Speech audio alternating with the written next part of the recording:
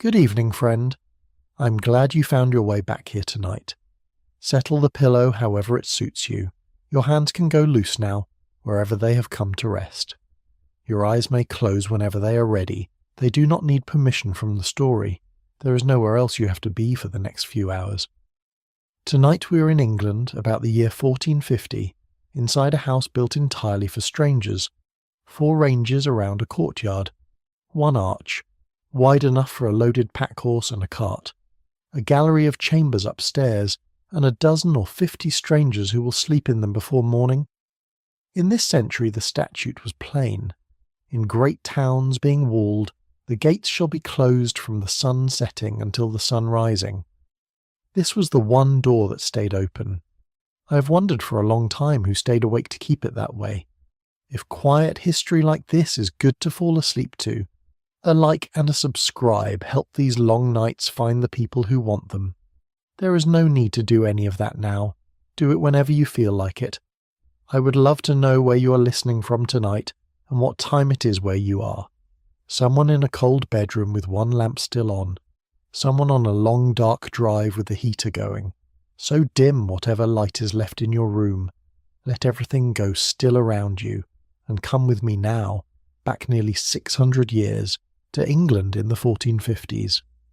Nothing here needs anything from you tonight. Start with the ground. You're walking on an English road in the 15th century, and the first thing to understand about it is that it is not really a thing. It is a right. A highway in this century is a legal permission to pass between 2 places. It is not an engineered object. Nobody built it. Nobody owns its surface. It exists because people go that way. The county histories describe these roads exactly as what they were. They grew gradually, one of them says, and wound from settlement to settlement. Not laid out, grown. And the old legal formula for a highway describes it by what it is for rather than what it is made of. A way leading from cities to cities, from boroughs to boroughs, by which men go to markets or about their other affairs. Outside the towns the surface is bare earth. Paving in this century is a town privilege. A town had to be granted the right to levy a toll specifically to pave its streets, and that grant had a name, pavage. The fact that paving needed a special license and a special tax is itself the proof that out here, between the towns, nobody was paving anything. So the road is earth. In summer it is dust and ruts baked hard. In autumn it is saturated, and in the days after a frost it becomes the thing that horsemen actually fear, which is a rut turned to stone. A wet rut is a nuisance. A frozen one is a hard edge that does not move at all when a horse's leg finds it. You're not riding fast, let me tell you the rates, because they are documented and they are gentler than you might expect. A carrier moving loaded horses on the great roads made somewhere between 28 and 37 miles in a day. A mounted party in no hurry made about 20 to 25. Ox-drawn haulage crawled along at 1.5 to 2 miles an hour. Horse-drawn carts managed 3 to 4. So the pace of everything on this road depends entirely on what is pulling it. Even the fast rates are not fast. In 1319 a party of students rode from Cambridge to York, leaving on the 20th of December and arriving on Christmas Eve, and that was about 170 miles in 4 days. That is a young, fit, unencumbered pace in the worst month of the year, and it is still only about 40 miles a day. 28 to 37 miles. Hold that number for a moment because the whole evening rests on it. Let us say the person on the road just ahead of you is a carrier. I am going to call him a composite, and I mean that honestly. He is not one documented man. He is assembled out of the ones we do have, the carriers of the 15th century who moved goods and letters up and down England for a fee. He has loaded horses with him, and he is making the sort of distance a carrier makes, which is somewhere between 28 and 37 miles between one dawn and one dusk. He has been going since first light. He knows exactly how far he has come, not from a map, because he does not have one, but because he has done this road before and the shape of it is in his legs, and there is nothing romantic about him at all. That is rather the point. He is doing a job, in November, in wet wool, and he is thinking about supper. The wool matters more than you would think. His cloak is fulled wool, woven as a twill, and fulled wool has a property that is genuinely useful, which is that it sheds a shower and stays warm even when it is soaked. That is a real physical fact about the fabric, and it is why everybody on this road is wearing it.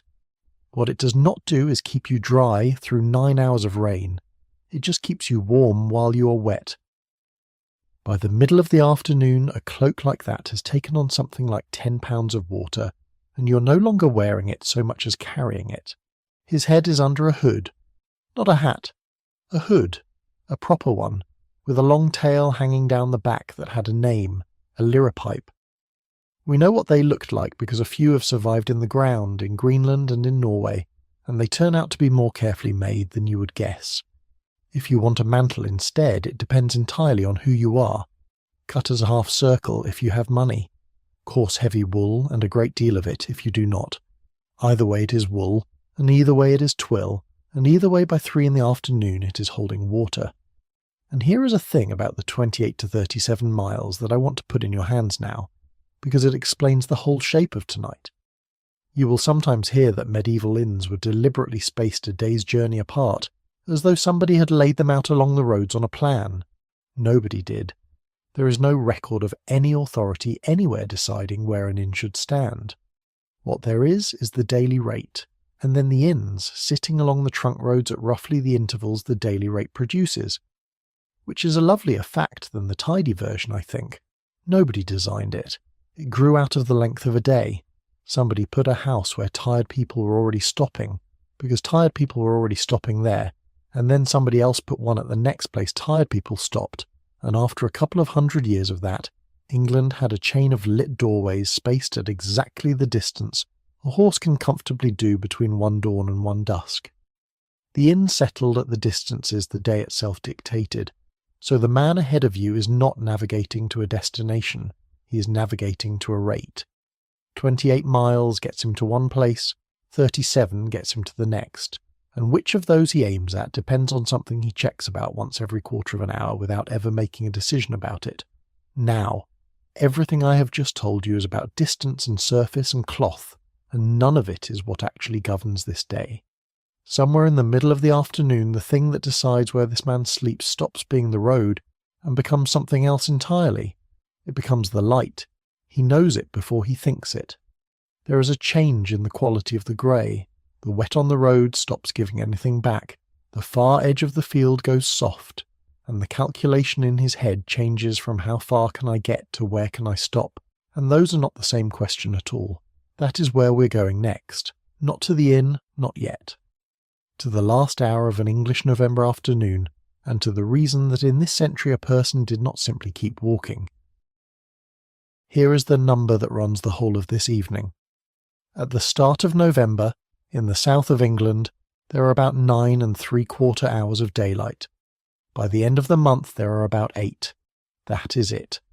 That is the whole working day, and the ends of it are the soft grey kind of light in which you cannot really see the ground. And it is a little worse than that figure sounds, for a reason nobody expects. England in the 15th century used the Julian calendar, which by then had drifted about 9 days out of step with the sun. So a document written on the 1st of November in 1450 is sitting where our 10th of November sits. A medieval 1st of November is darker than the date sounds, 9 3/4 hours. Hold that one too, because it is the whole working day, and the hours themselves were not our hours. This is one of my favourite small strangenesses of the period. The hours of this century were unequal ones. They stretched and shrank with the season, so a November hour of daylight was genuinely shorter than a June hour of daylight. Not shorter in feeling, shorter in fact. A man on this road did not think I have 9 hours left. He thought in terms of the offices of the church, and he knew perfectly well how fast they come round in November. So why not simply keep going after dark with a light? There are 3 answers and they stack. The first is the plainest. You cannot see the road, not the way you cannot see well, the way you cannot see at all. There is no street lighting anywhere in England in this century. None. Not one lamp. Outside a town, the darkness is total, and inside a town it is total except for whatever a householder chooses to hang out of his own door, which is almost always nothing. A horse that puts a foot in a rut it cannot see is a horse with a broken leg, and a broken leg out here is not an inconvenience. It is the end of the journey and most of your capital. The second is that a light costs money and does not help. We will come to what a candle cost later tonight, and to how far one flame actually reaches, and the answer is going to surprise you. For now it is enough to say that the light you could carry would show you your own hands and about 4 feet of mud.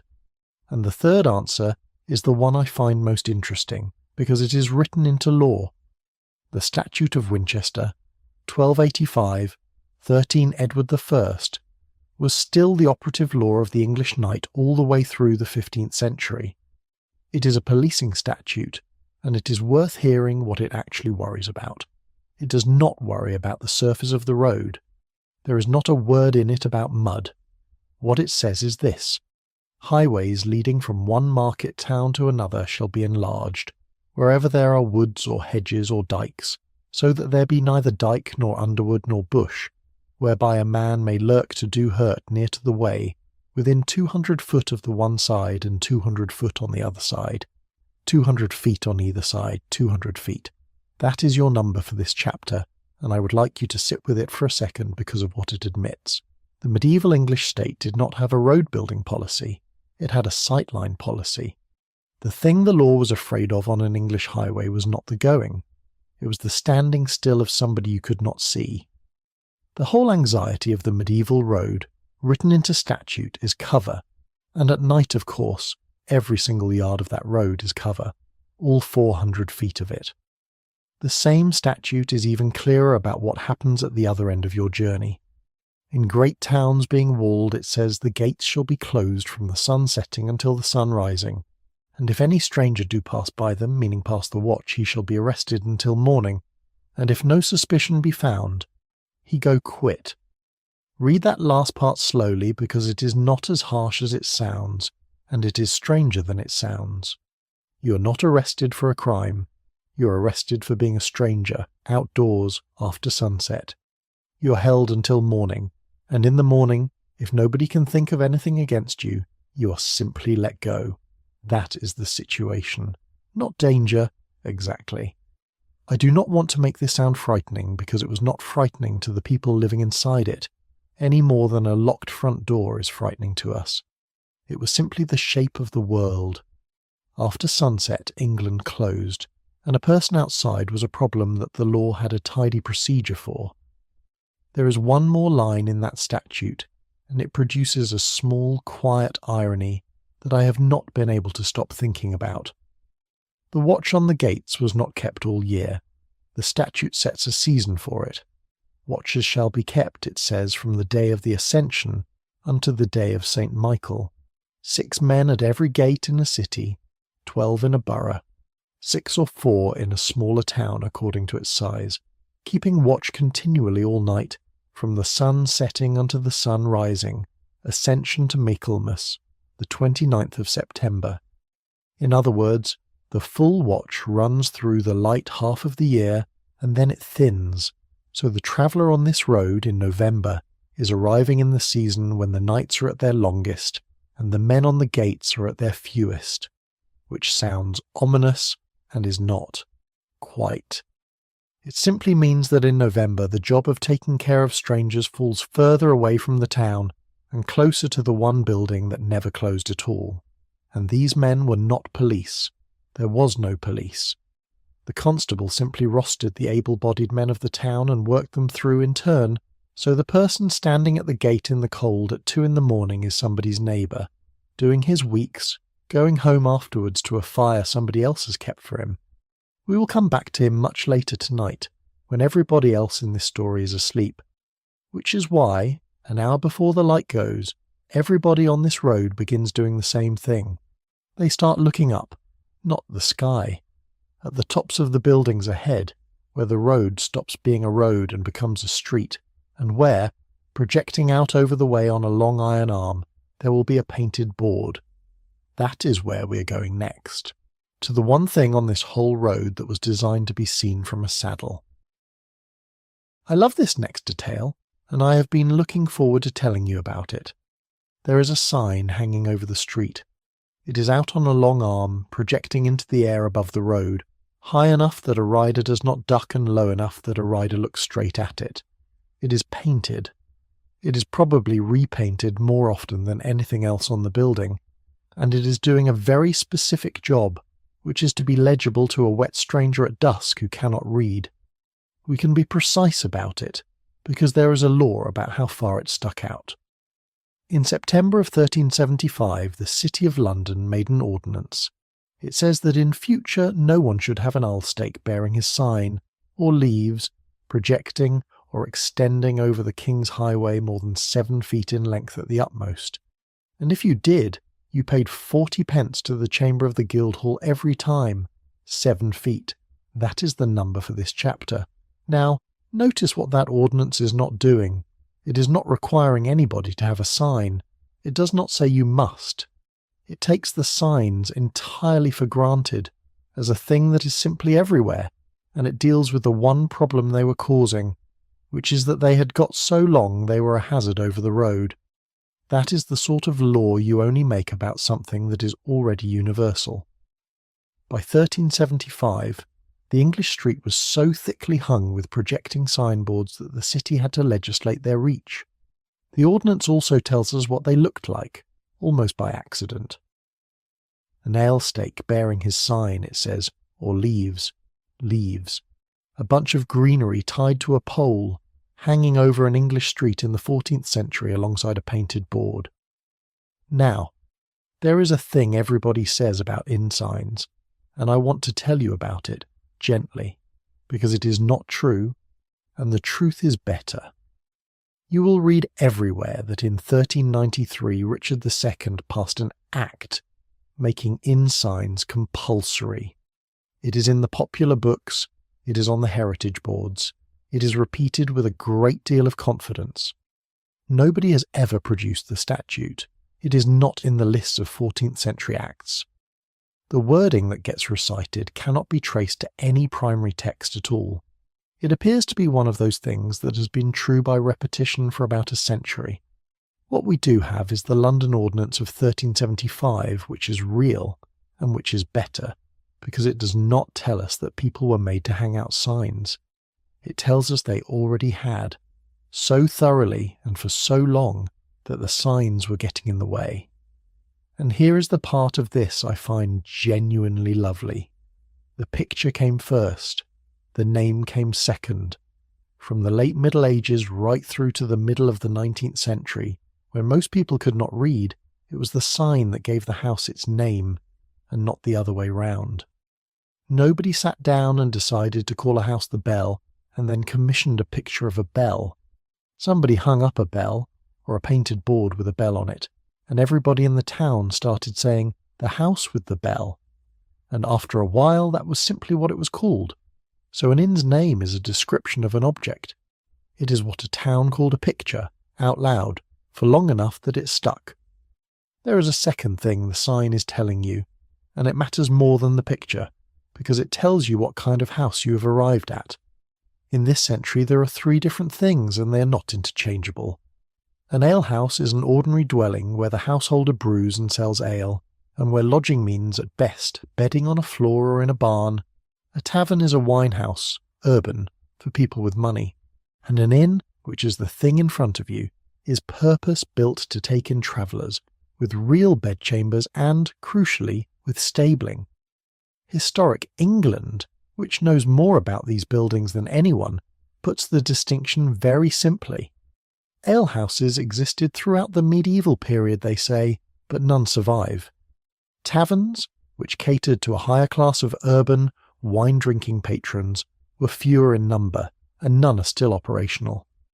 Inns offered bedchambers, food and drink to travellers, and the historian John Hare, who has done the most careful work on what these places actually were, puts his finger on the thing that separated them.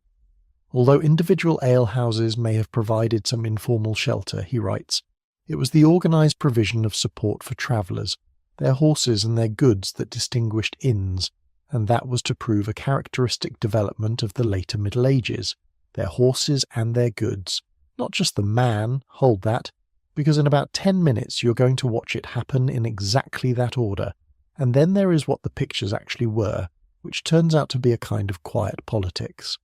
This part comes from a pair of antiquarians, Maskell and Gregory, writing in 1910, so I will attribute it and date it rather than state it flat. The White Hart Inns, they argued, all date from the beginning of the reign of Richard II, that being the young king's badge. The White Swan replaced it under Henry IV, and then, in their words, the Antelope of Henry VI, the White Lion of Edward IV, and the White Boar of Richard III each take their turn. Each one takes its turn. Each one goes up over a doorway, when a new king's badge is the sensible thing to have over your doorway, which means the sign you are riding towards is not only a picture and not only a name, it is a declaration of allegiance, hung out over a public street, readable from a horse by a man who cannot read. That is a remarkable amount of work for one painted board, and somebody had to paint it. Which brings me to the last thing in this chapter, and it is my favourite item in any account book I have ever seen. Winchester College built an inn called the Angel at Andover, and the building accounts survive year by year from 1445 right through to 1456. You can watch the money go out. A big year, a bigger year, tailing off as the work finishes, small sums at the end for the last bits and pieces, and the last item on the account in 1455 after a decade of building is painting the new inn sign. That is the final thing they paid for. After the timber and the stone and the chimneys and the stables and all of it, the last expense of building an inn was the picture that told a stranger from a distance, in the rain, that this was the place. You have been looking at it for the last few hundred yards without quite realizing it. It is coming up on your right, out over the street on its iron arm, still wet, swinging very slightly, and underneath it there is an arch, and under the arch, walking towards you already, before you have said a single word to anybody, there is a man coming for your horse. That is where we are going next. Here is the building, 4 ranges standing round a courtyard, closed on every side. One way in, which is a carriage arch cut through the range that faces the street. Inside the yard, running round all 4 sides at first floor level, an open wooden gallery with the doors of the chambers opening straight onto it. That is it. That is the whole plan, and it has not changed much anywhere in England. The best surviving one is at Gloucester on Northgate Street. Its oak was felled in 1432, and the description in its listing is really a definition of the entire type. A large rectangular building of 4 ranges enclosing a courtyard, entered from the street through a carriageway in the west range, and within the courtyard, open galleries providing access to chambers. Read that again in your head, and notice what is missing. There are no corridors, not narrow ones, not any. There is no inside route from one part of this building to another. To get from the hall to your bed you go out into the open air, across the yard, up a stair, and along a wooden balcony in the weather, past other people's doors, with the horses underneath you. That sounds like a design fault, and it is the opposite. The whole building is turned inwards. Everything opens onto the yard, and the yard has exactly one mouth, and that mouth has doors. When those doors are shut, this is not a house with a lot of exits. It is a box with people inside it, which is precisely the point in a country where the town gates shut at sunset. And the arch you're riding under now is wide enough for a loaded pack horse and a cart, because it had to be. Everything that comes into this building comes through this one hole in the wall. The building itself is oak, a massive timber frame of it, with the panels between filled with lath and plaster, and the upper floors jettied out over the ones below on exposed beams. A jetty is that overhang you see on old English streets, where the first floor leans out about 18 inches further than the ground floor, and then the second floor leans out again beyond that. The panels between the timbers are wattle and daub, which sounds primitive and is not. Clay or lime for the binder, sand or crushed chalk for the body, and straw or hair or flax through it for strength. And a conservation specialist describes exactly how it went on. The daub was applied simultaneously from both sides, he writes, in damp workable balls, pressed into and around the wattle, in order to form one homogeneous mass, and it lasts. A conservation specialist who works on these panels puts it plainly. In moderate sheltered conditions, and if well maintained, a wattle and daub panel should last indefinitely. Examples of 700 years old are known to exist. 700 years, out of mud, sticks and straw, mixed by hand. Now, the man. He was hollered for before you were properly under the arch. There is a 15th century English poem written about 1410 that describes a company of travellers arriving at a real, named inn, and it captures the moment in one line thrown in almost as an aside. The hostler, it says, was so hollered from one place to another. That is the sound of an inn-yard receiving guests. Somebody is shouting for the ostler from the arch, and somebody else is shouting for him from the stable, and he's going to be shouted for from 2 directions for the next hour. His name in that poem is Jack. I want to stay with him for a moment because his job title is one of the most beautiful words in English and nobody knows it. Ostler, also spelled hostler. It appears in English from the late 14th century and it means one who tends horses at an inn. It comes from the Anglo-French hostler, which comes from the Old French hostelier, which meant an innkeeper or a steward in a monastery, and that comes from the medieval Latin hostilarius. Do you know what hostilarius means? It means the monk who entertains guests, and that word comes in turn from hospital, which means an inn. So hospital, hostel, hotel, hospitality, and ostler are all, at the root, one single word. The man walking towards your horse in the wet, and the building where you are taken when you are ill, and the word for treating a stranger kindly are the same word, and the root of that word means welcome.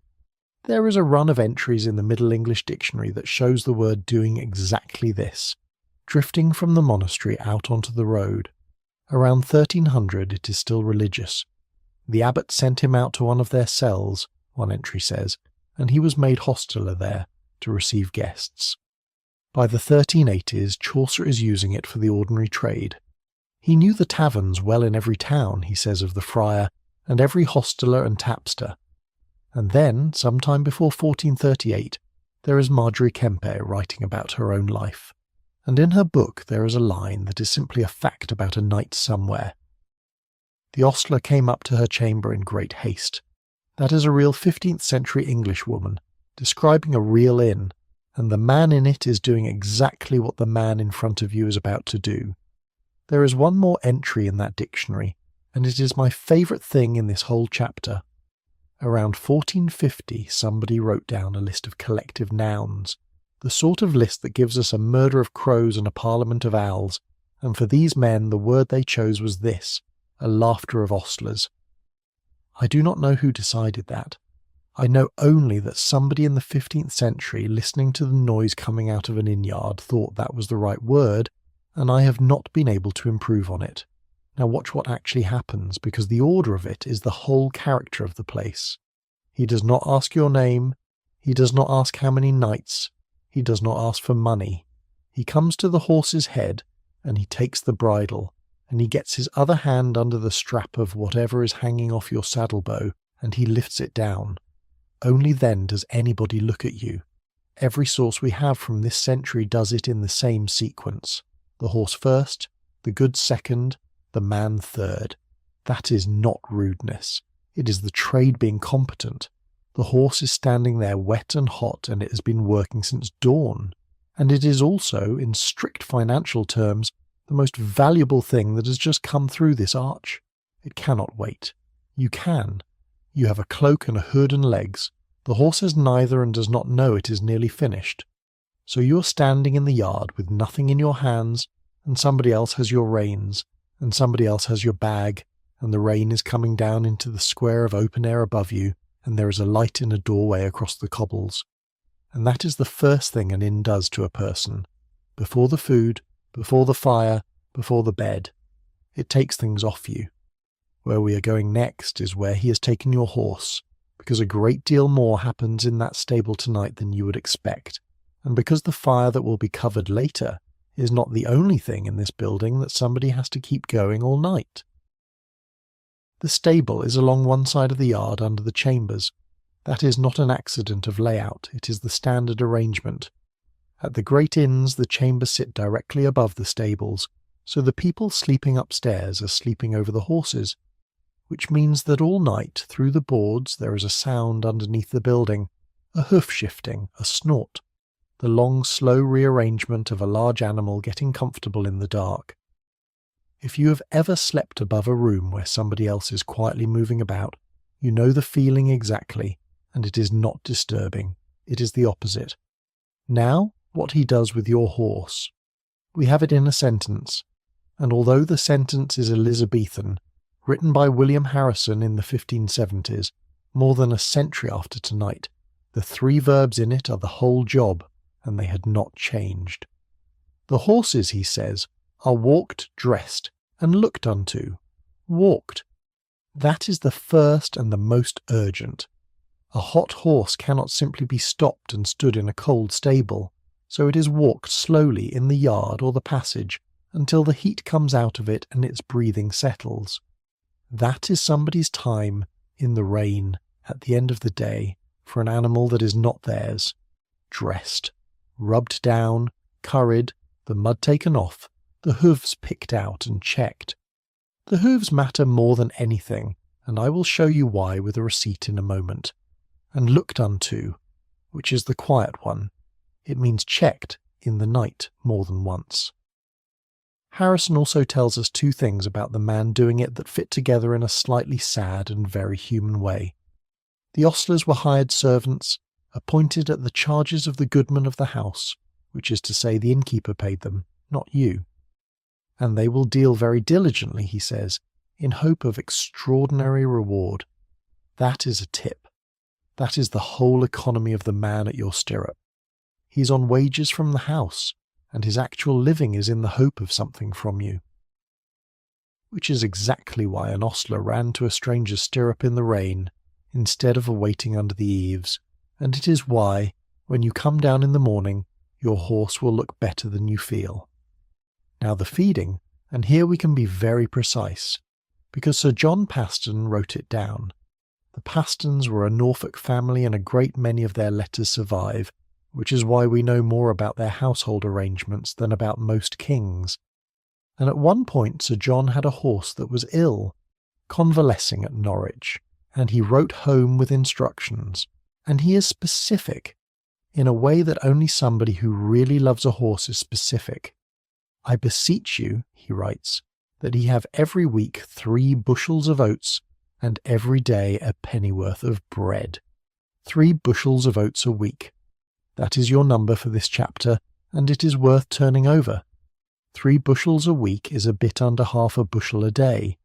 Oats in the same family accounts run at 2 shillings and 8 pence the quarter, and there are 8 bushels to the quarter, so that is 4 pence a bushel.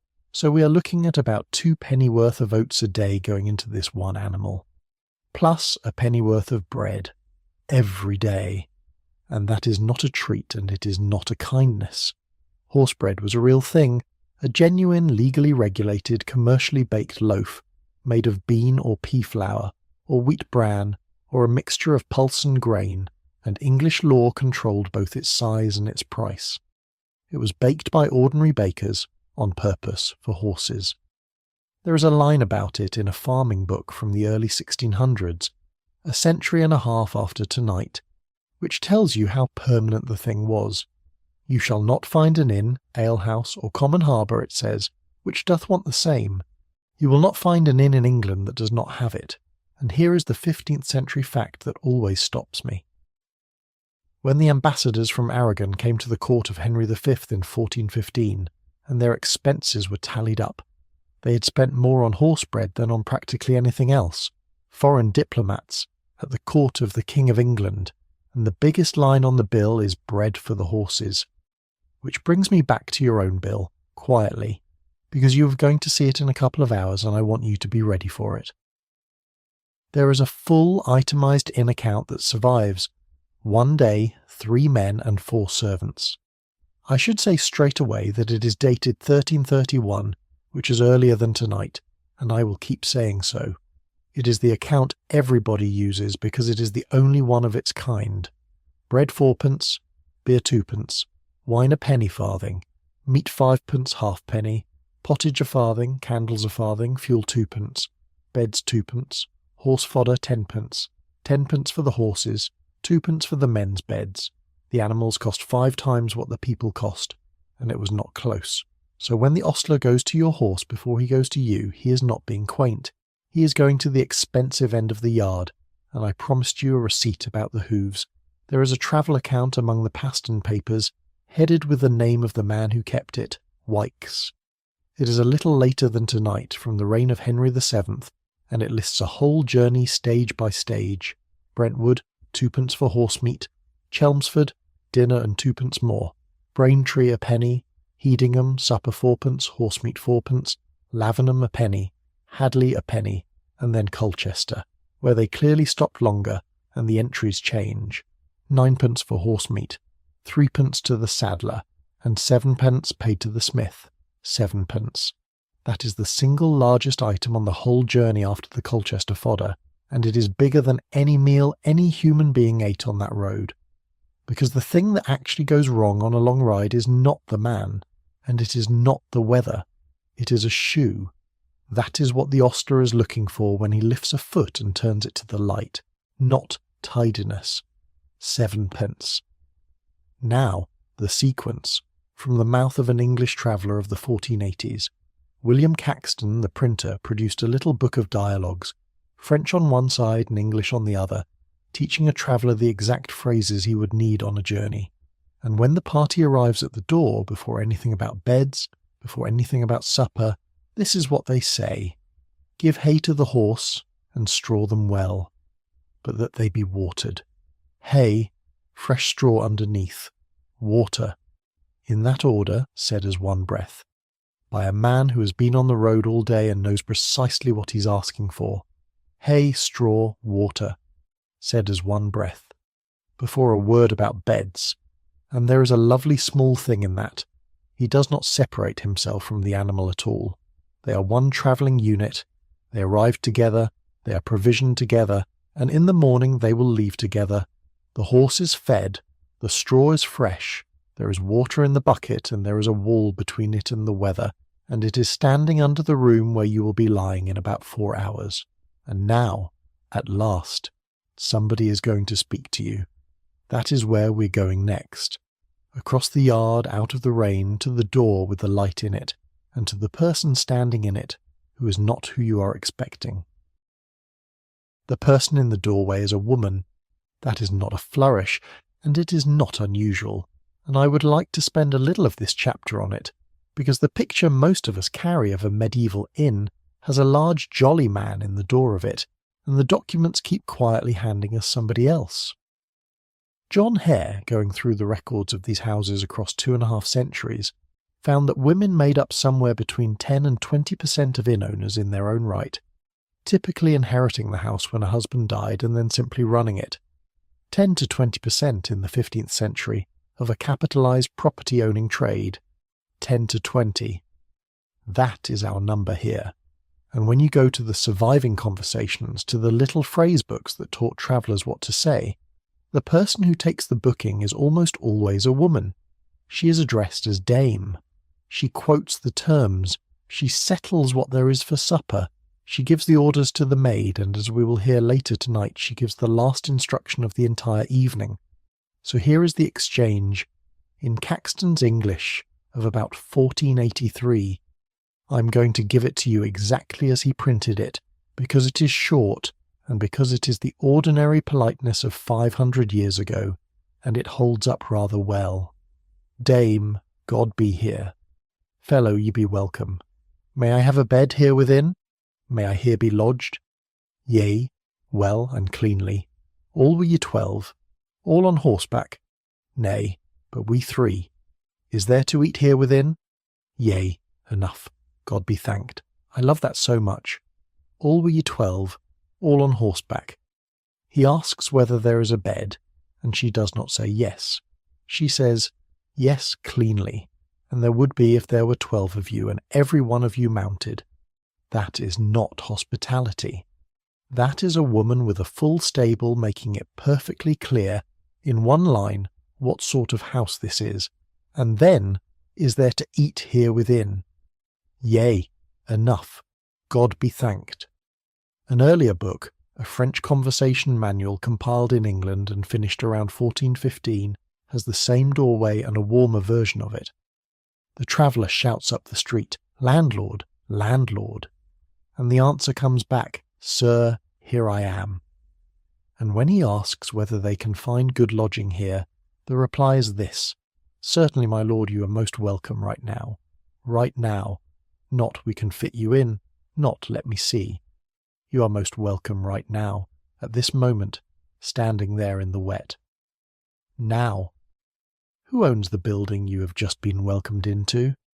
The answer is often startling, and it changes the whole feel of the place. A remarkable number of the great 15th century English inns were built by monasteries and by colleges.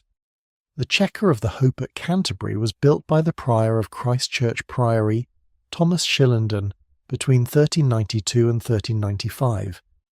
The George at Norton St. Philip was built by the Carthusian monks of Hinton Charterhouse, and its oak was felled about 1431.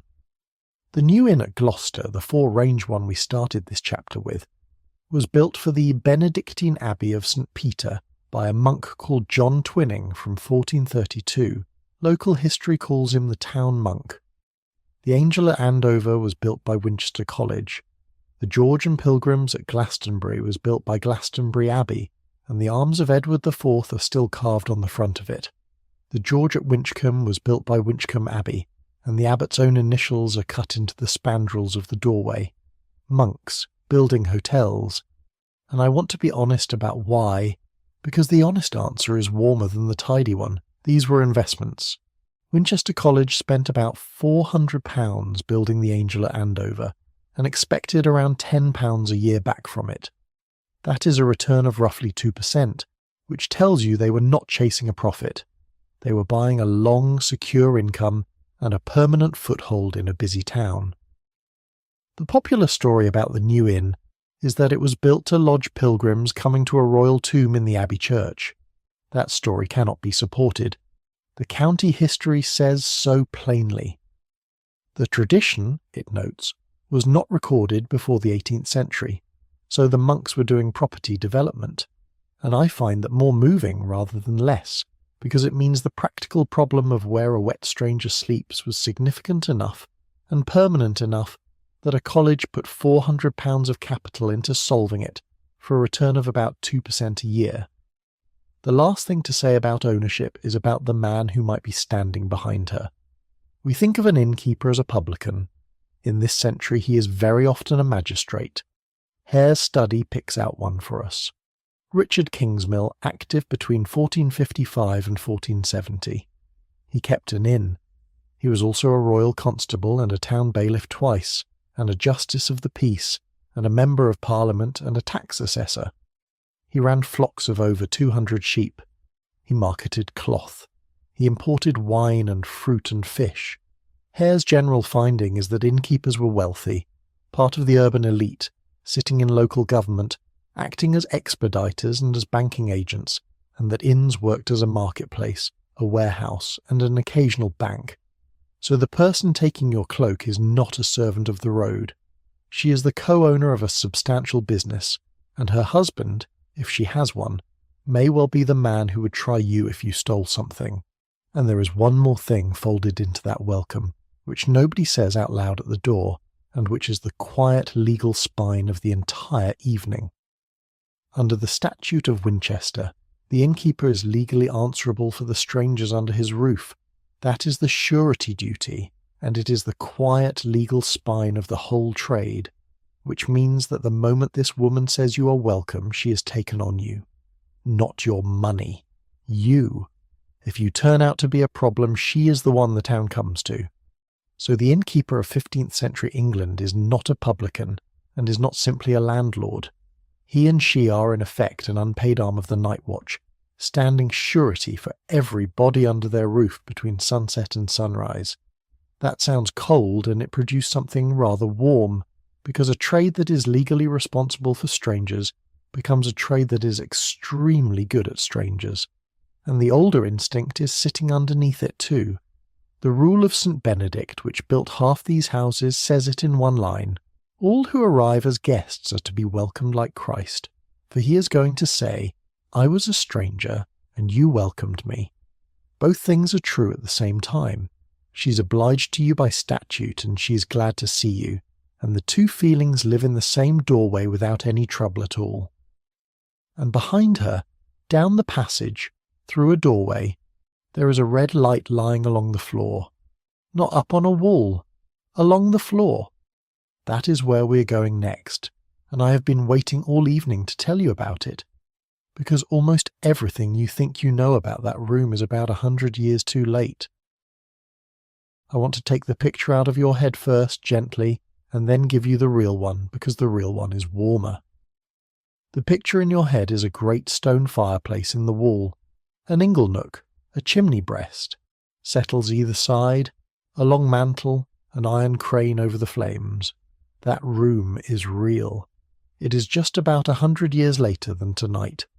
Wall fireplaces and masonry chimneys certainly existed in England in the 15th century. But in ordinary buildings they were confined to the kitchen and to the private apartments of the very grand. The general replacement of the open fire by a chimney in the wall happens across England in the course of the 16th century, not this one. So in the hall you've just walked into, the fire is on the floor, in the middle, on a hearth of stone or tile laid into the ground, open on all sides, with the smoke going straight up. And you know this is true because of the roofs. This is one of my favourite pieces of evidence in all of British archaeology, because it is so plain and so physical. Where a house has kept its medieval thatch, and a surprising number in the West Country have, underneath later coverings, the underside of the roof directly above the old hearth is black, not dirty, encrusted. The thatching laths and the lowest layers of the thatch itself are so thoroughly saturated with soot and smoke that they have gone hard and glossy with it. They call it smoke-blackened thatch, and it is datable. Tree ring dating puts the earliest surviving example in Devon at around 1260.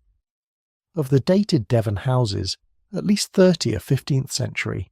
30. That is your number for this chapter. 30 houses still standing, whose roofs still carry the smoke of the fires people sat around in the century we are in tonight. And there is one house in that survey that settles the question completely. Lower Chilverton, built about 1495. Built, that is, at the very end of our century with an open hearth on the floor. And it received its handsome chimney about 50 years later, in the middle of the 16th century. So somebody built a house in the 1490s with a fire in the middle of the floor and lived in it that way, and it was 2 generations before anybody thought to put in a flue. Now what that room is actually like. The first thing is that the ceiling is a long way up and it is open. There is no upper floor over the hall. The roof timbers are visible all the way to the ridge, because they have to be. The smoke needs the height, and it needs somewhere to go, and it goes out through a louvre, a slatted opening in the roof, which is the only chimney this room has. The second thing is that the smoke does not all go up. Some of it hangs. There is a level in that room, somewhere above head height, where the air changes. Below it the air is clear and you're comfortable. Above it there is a slow, drifting blue-grey layer that never quite leaves, and everything above that layer is black. And the researchers who study those roofs make a remark about it that I have never been able to shake. In the great Devon halls the roof carpentry was often beautifully carved, and they point out that it would have been barely visible in the gloom cast by its unrelieved blackness, lit only by the flickering light of the open hearth. Somebody carved that. Somebody was paid to carve roof timbers that almost nobody would ever properly see, in a room whose ceiling went black within a generation. The third thing, and this is the one that changes how the evening feels, is that you do not sit beside this fire. You sit around it. All the way around it there is no favoured side, no front, no back. The heat comes off it in every direction equally, and so the seating in an open hall is a ring, and everybody in the room can see everybody else across the flames. A wall fireplace makes an audience all facing one way. A fire on the floor makes a circle, and you breathe it. There is no getting round that. The air in this hall is smoke, and everyone in it smells of wood smoke permanently, and so do their clothes, and so, in about 3 hours, will your bed. What is burning is wood, logs and faggots, which are bound bundles of brushwood and small branches. Charcoal for anything where smoke would be a problem. Coal exists, and comes down the coast from Newcastle by sea, which is why it was called sea coal, but it is a regional and industrial thing rather than a domestic one, and 2 trades in particular gave it up. Smiths, because the sulphur in it made their iron brittle, and brewers, because the smoke got into the ale and spoiled it. Hold on to that last one because it will come back later this evening in a cup. Wood was a real, reckonable commodity, the way we would think of a delivery of oil. There is a 15th century pension agreement that survives, made by a man called John Underwood at Deeping in Lincolnshire, where the entitlements are listed out one by one, and among them, seasonally, are 4 loads of what the document calls ballerwood. Logs. 4 loads of logs, written into a contract like a wage. Now, the man who is responsible for this fire and for every other flame in this building is somewhere in the room, and I would like to introduce him properly. I am going to call him John, and I want to be completely straight with you about that. He is a composite. His name is not in any record. What we have instead is something better in its way, which is a 15th century English poem describing exactly what his job was, line by line, and I am going to lean on it several times tonight. It is called The Boke of Nurture, written by a man named John Russell about 1460, and it sets out the office of a chamberlain, and it opens with his character rather than his duties, which tells you something. The courtesy of a chamberlain, it says, is in office to be diligent, cleanly clad, his clothes not all torn, hands and face washed fair, his head well combed. And then, last the thing the whole poem is really about. And be ever wary of fire and candle, that he be not negligent. Be ever wary of fire and candle. In a building of oak and lath and plaster, with a fire burning on the floor of the hall, straw in the stable, rushes on the ground, and a house full of strangers asleep upstairs, that is not one duty among several. That is the standing order of the entire house, and somebody put it into verse so it would be remembered. He's watching the fire now, without appearing to. He'll watch it all evening, and in a few hours, when everything else is done, he is the man who will cover it.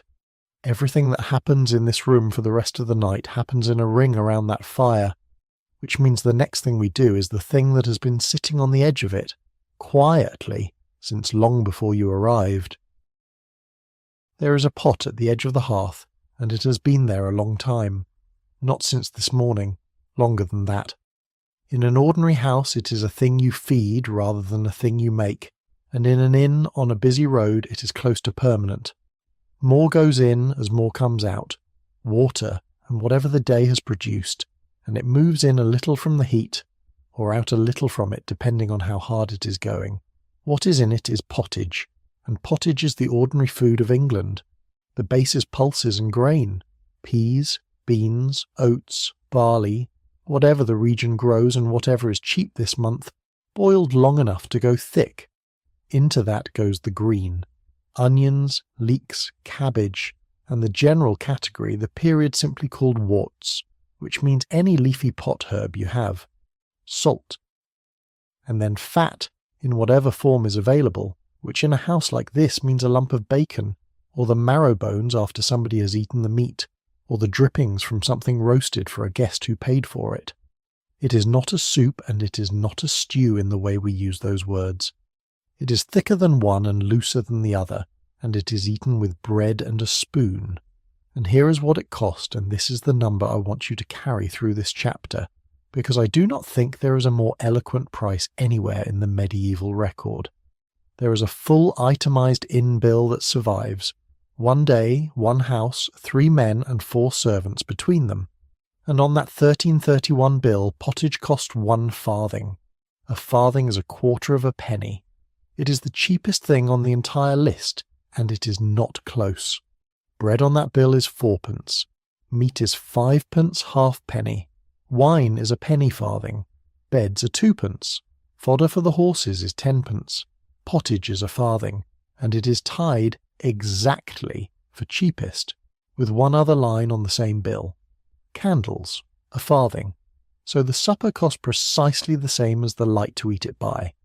1 farthing for the food, and 1 farthing for being able to see it. I have never found a better single sentence about the economics of a medieval evening, and it was not written by anybody trying to make a point. It is just a bill. Now the cook, and I am afraid we have to be honest here, because she is one of the people this evening is about and the record is thin on her. We do not have her name. What we do have is a 15th century conversation, and it turns out to tell us a great deal. In one of those French phrase books compiled in England, finished around 1415, the traveller is at the door and the exchange runs like this. Well, lovely lady, what will we have for supper? Sir, you will have plenty of food for supper, but tell me whether you want to have your meal prepared here or at the cook's place. No, no, madam, in your own kitchen. Read that again, because it contains a whole world. You had a choice. The inn could feed you from its own kitchen, or it could send out to a professional cook shop in the town and have your supper brought in. Both were normal, and this traveller, given the choice, does not hesitate. In your own kitchen. Which means 2 things at once. It means not every inn had a serious cook of its own, or the question would not need asking. And it means an inn that did have one was proud of it, and travellers knew the difference and asked for it by preference, and said so at the door before they had even sat down. So somebody in this building is a good enough cook that people request her over the professionals in the town. Her name is nowhere. Let us say it was Alice, and let us be clear that I am giving her that name because the record did not. She is not making anything for you specially. That is not how this works. What is on the fire is what is on the fire, and there is a further detail from another 15th century source that makes the whole arrangement clear. When a company arrived at a real inn at Canterbury, in a poem written about 1410, the man who organised their meal did it like this. He ordained their dinner wisely, the poem says, before they went to church. Such victuals as he found in town, and for no other cent. Such victuals as he found in town. He went to the market, he bought what was there that day, and he did not send anywhere for anything else. There is no menu. There is no larder full of options. There is today, and what today had, and a pot that has been going since before today, which is, when you think about it, a rather restful way to be fed. Nobody is going to ask you what you would like. Nobody's going to bring you a list. A bowl is going to arrive, and it is going to be hot, and it is going to have been thickening at the edge of that fire for longer than you have been in the county. And there is one more thing about this pot that I want to give you, because it is easy to miss. It is going whether anybody arrives or not. That is what makes it different from cooking. Nobody in this building started supper when you came under the arch. Nobody will finish it when you go up. The pot is simply a condition of the house, the way the fire is a condition of the house, and you have walked into the middle of something that was already happening and will still be happening tomorrow. Which is, I think, why arriving somewhere like this settles a person so quickly. You are not being catered to. You are being absorbed into something already underway, and the heat of it goes into you in a very specific way after a wet day, starting in the hands because you hold the bowl before you eat from it, and then in the chest, and then, some minutes later and all at once, in the feet, which is the moment your body finally accepts that the day is finished. Around the ring, other people are doing exactly the same thing at slightly different speeds. Nobody's talking much yet. That comes later, when the food has done its work. The fire is going. Nobody has covered anything yet, and beside your bowl there is bread, which sounds like the simplest thing in this chapter, and is in fact an entire ladder of English society, laid out on the table by the loaf. That is where we are going next. Beside your bowl there is bread, and the bread is maslin. Maslin is wheat and rye, grown together in the same field and milled together into the same flour, and it is the ordinary loaf of a great deal of England. So the ordinary English loaf of the 15th century is a mixed loaf, slightly dark and slightly dense, and it is what most of the country ate. It goes with pottage the way bread has always gone with a thick soup, which is to say it is not an accompaniment. It is the spoon and the plate and half the meal. Now, what is beside the bread depends entirely on what day of the week it is, and this is one of those facts that quietly rearranges the whole picture of the period. The fasting calendar of the medieval church took meat off the table on Fridays, and on Saturdays, and on Wednesdays, and on saints' days of any significance, and through the whole of Lent and the whole of Advent. The historian Christopher Woolgar, working through what noble households actually ate, estimated that even secular noble households went without meat for roughly half the year. Half the year, and that is the nobility who had the choice. So if tonight is a fish night, and there is a very good chance it is, then what is beside your pottage is not bacon. It is salt herring, or stockfish. And salt herring is cheap in a way that is genuinely startling. At wholesale, a penny bought between 5 and 10 herrings, 5 to 10 herrings for a penny. That is the number to hold in this chapter, and I would like to open it out a little, because a penny is the unit that makes this whole world legible, and once you have it, everything in the room has a size. Here is what 1 penny bought in 15th century England: a gallon of ordinary ale, or a night in a bed in a London inn, or a groom's food for an entire day, or 5 to 10 of those salted herrings, or 2 pounds of cheese, or a guide to walk ahead of you and see you through one night's stretch of road, or a ferry crossing for 1 man and his horse, or 4 bowls of the pottage you have just eaten. And a penny was about a third of a day's wage for a labourer in the 1480s. So look along that list again with the wage beside it. A third of a day's work is a gallon of ale, or a bed, or a day's food, or 2 pounds of cheese. Not comfortable, not desperate either. Something a working person could actually reach on an ordinary week, which is more than could be said 100 years earlier, and we will come back to why in a moment. If it is not a fish night, then it's bacon. Bacon is the great constant of the English larder.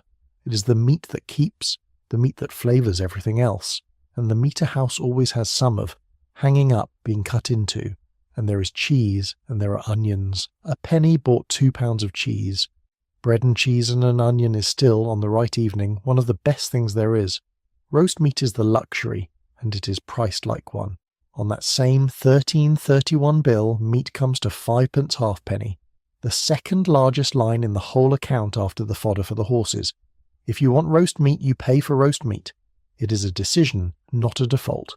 Now, the wages, because I said I would come back to them and because they change the mood of this table. A thatcher's daily wage runs at about 4.5p at the start of the 1400s, about 5.25 by the 1440s, and about 6p in the 1480s. His labourer working beside him goes from around 3p to nearly 4 over the same span. The statute of 1444 and 1445 under Henry VI set the legal maximums: 5.5p a day for a master carpenter, 4.5 for the other building craftsman, 3.5 for every other labourer, and across the whole period, from the 1260s to the 1490s, a craftsman's daily wage roughly trebled, while the price of food stayed flat or fell. Historians have a name for what that produced. They call it the golden age of the English labourer, and there is a great deal of argument about how golden it really was. What is not in argument is the direction. The man eating bread and cheese 2 seats away from you can buy more with a day of his life than his great-grandfather could. Which is the thing I find quietly cheering about this room, and about that penny. One last thing about this table, and it is under it. The floor of an English hall in this century is clay or tile, strewn with rushes, not rugs, cut rushes, laid loose, thick enough to walk on, and renewed when they need renewing. Now, the famous line about them is Erasmus's, and it is quoted everywhere, and it is worth being careful with. He described English floors as covered with rushes so imperfectly renewed that the bottom layer lay undisturbed for 20 years, harbouring every unmentionable thing. 3 things about that. He wrote it in 1524, which is Tudor, not this century. The English version everybody quotes has a known copying error in its very first word, and Erasmus was a fastidious foreigner writing a polemic about English uncleanliness during plague. It is testimony, not measurement. Set against it are the account books, which are duller and more reliable. The parish of St Mary at Hill in London paid out for rushes in 1493, and again in 1504. people bought rushes regularly. The general standard was that rushes and herbs had to be renewed at least once a year, and in a house with paying guests you would expect rather more often than that. And herbs is the word that changes the room. Aromatic herbs were scattered through the rushes on purpose, against smell and against vermin. Lavender, chamomile, rose petals, daisies and cowslips, marjoram, basil, mint, violets, sage, fennel, and wormwood specifically for the fleas. So here is the honest version, and it is the version I believe. The floor of a good inn was swept and strewn again, and when people walked across it, it released a faint crushed green smell of herbs over damp rush. The floor of a bad one was exactly what Erasmus described. Both were true of different houses on the same street, and the entire difference between them was one person's idea of how their house should be, which is more or less still the difference today. The bread is finished, the bowl is scraped, and beside it there is a cup, and what is in that cup was made this week, in this town, almost certainly within a few hundred yards of where you're sitting. It could not possibly have come any further, and the reason why is one of my favourite pieces of medieval logic. That is where we're going next. Ale in the 15th century is three things, and only three things: malted grain, water, and yeast. No hops. That is the whole difference, and everything follows from it. Because without hops, ale does not keep. It goes sour in a day or two, at the absolute outside, a week. And that single fact, which sounds like a small technical detail, determines the entire social structure of drinking in medieval England. Think it through with me, slowly, because it is lovely once you see it. If ale sours in 2 days, it cannot be stored. If it cannot be stored, it cannot be transported any distance. If it cannot be transported, no single large brewer can supply a whole town, because by the time it reached the far side of the town it would be undrinkable, which means ale has to be brewed within walking distance of the person who's going to drink it. Over and over, every few days, forever.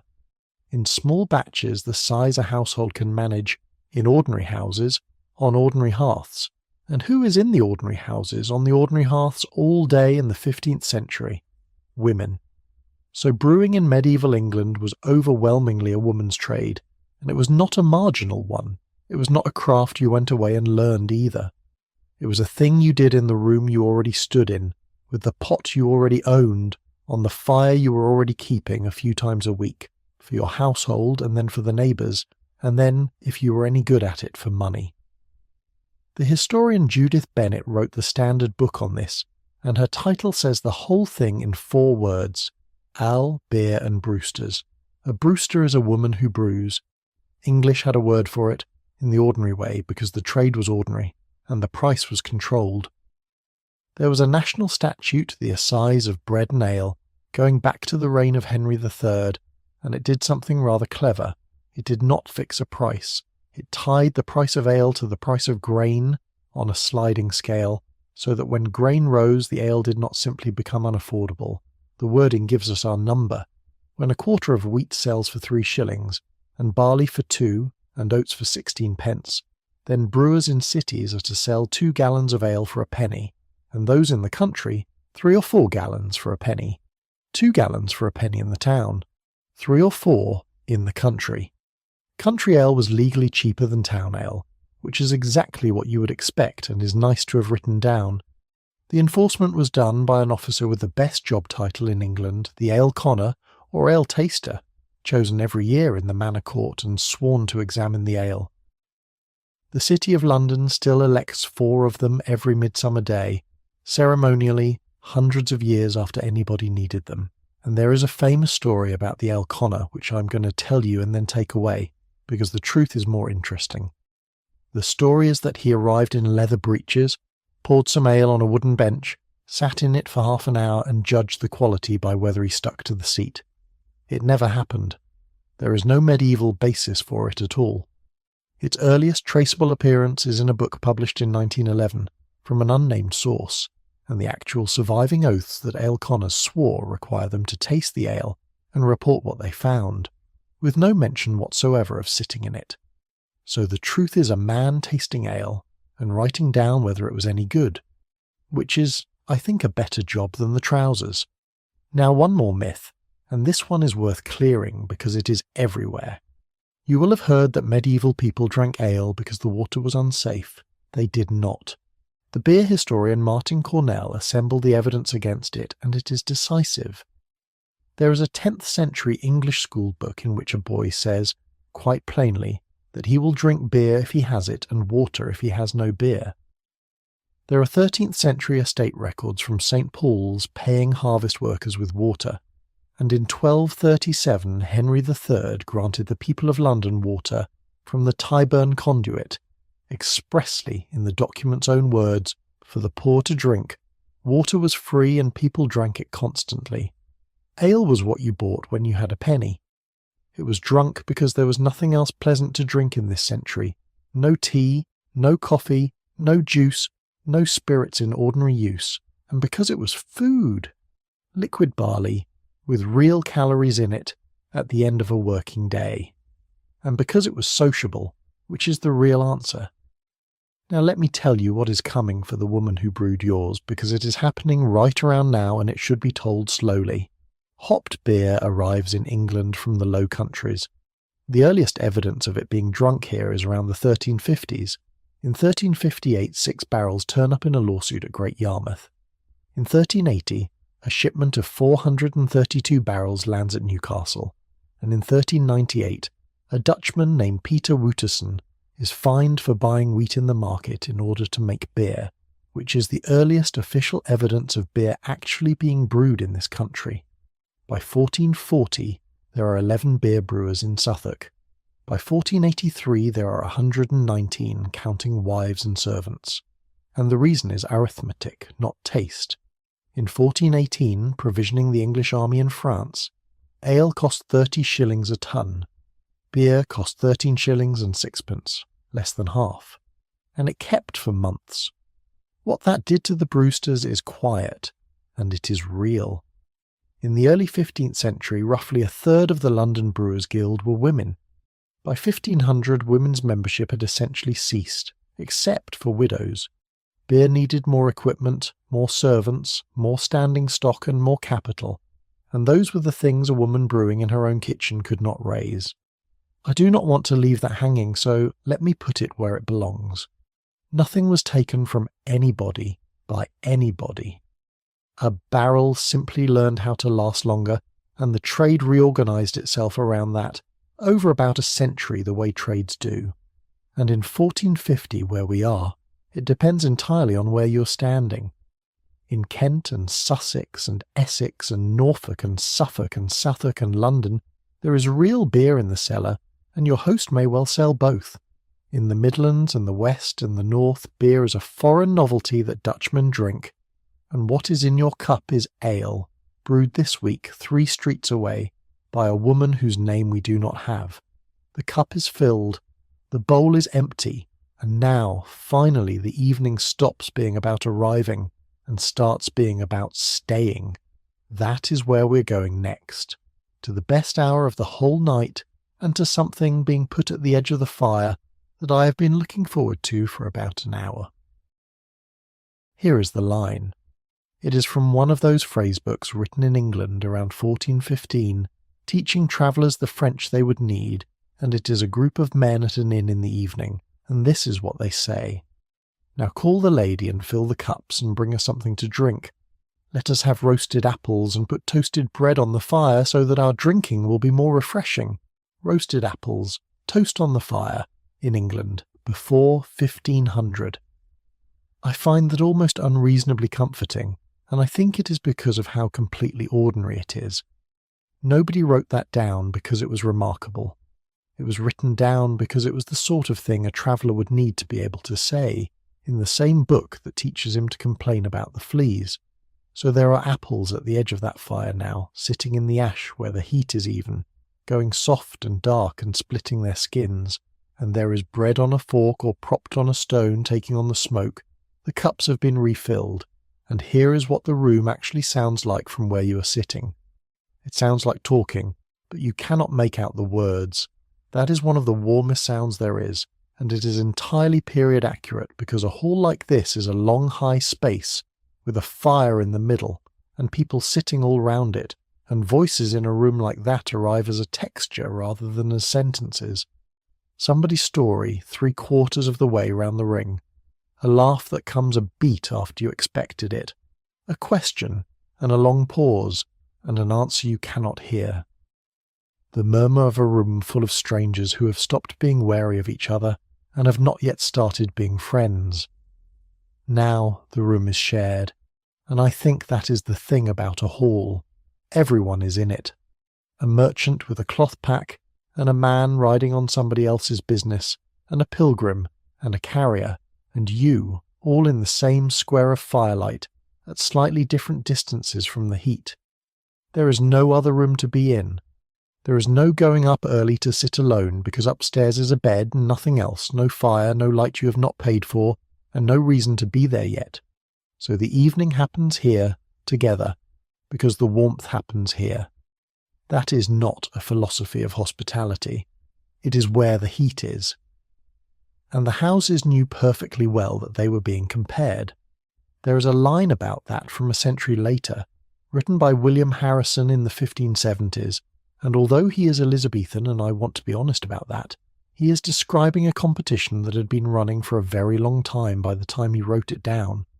It is a world to see, he says, how each owner of them contendeth with other for goodness of entertainment of their guests, and then he lists what they competed on: fineness and change of linen, furniture of bedding, beauty of rooms, service at the table, costliness of plate, strength of drink, variety of wines, and then, last on his list, and I love that it is on the list at all, or well using of horses.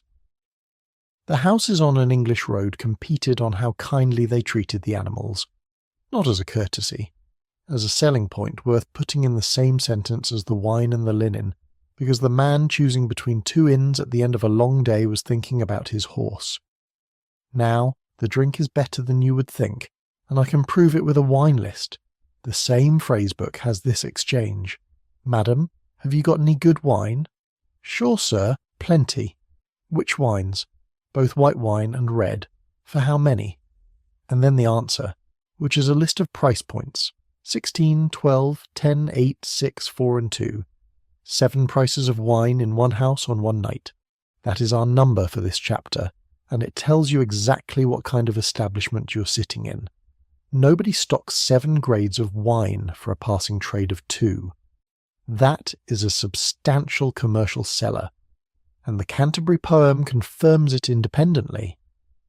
When the company sits down there, spices and also wine went round about, it says, the Gascon and also the Rhenish.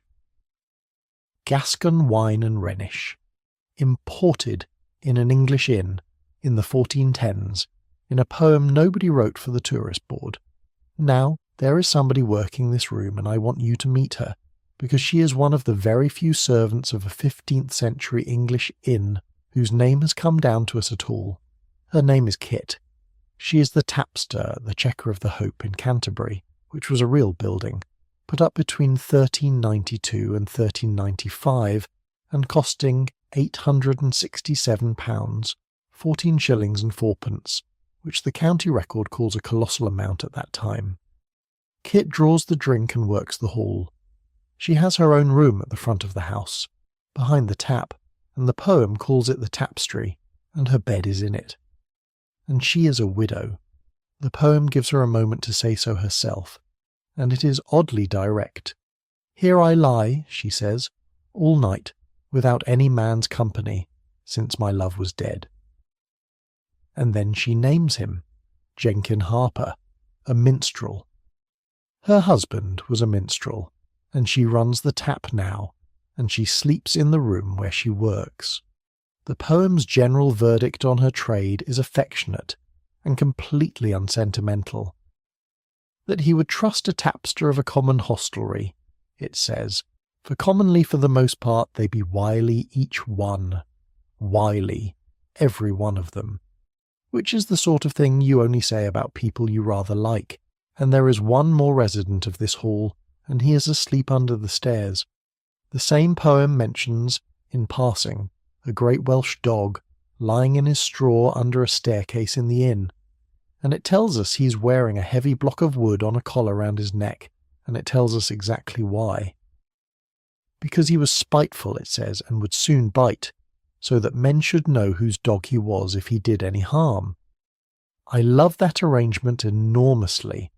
A biting dog in a public house, with a lump of wood hung round his neck so that he cannot run properly, and so that everybody knows who he belongs to. Somebody was very fond of that dog, fond enough to solve the problem with joinery rather than by getting rid of him. The apples are done. The talk has gone quieter and slower. Somebody across the fire has stopped contributing and is simply watching the flames in the way people do. And then, without any announcement, somebody fetches a small board and a handful of little metal discs and sets them down, and the evening changes gear. That is where we're going next. Somebody has put a board down on the table, and a small handful of metal discs beside it. That is how a bill was worked out in the 15th century, not written, counted.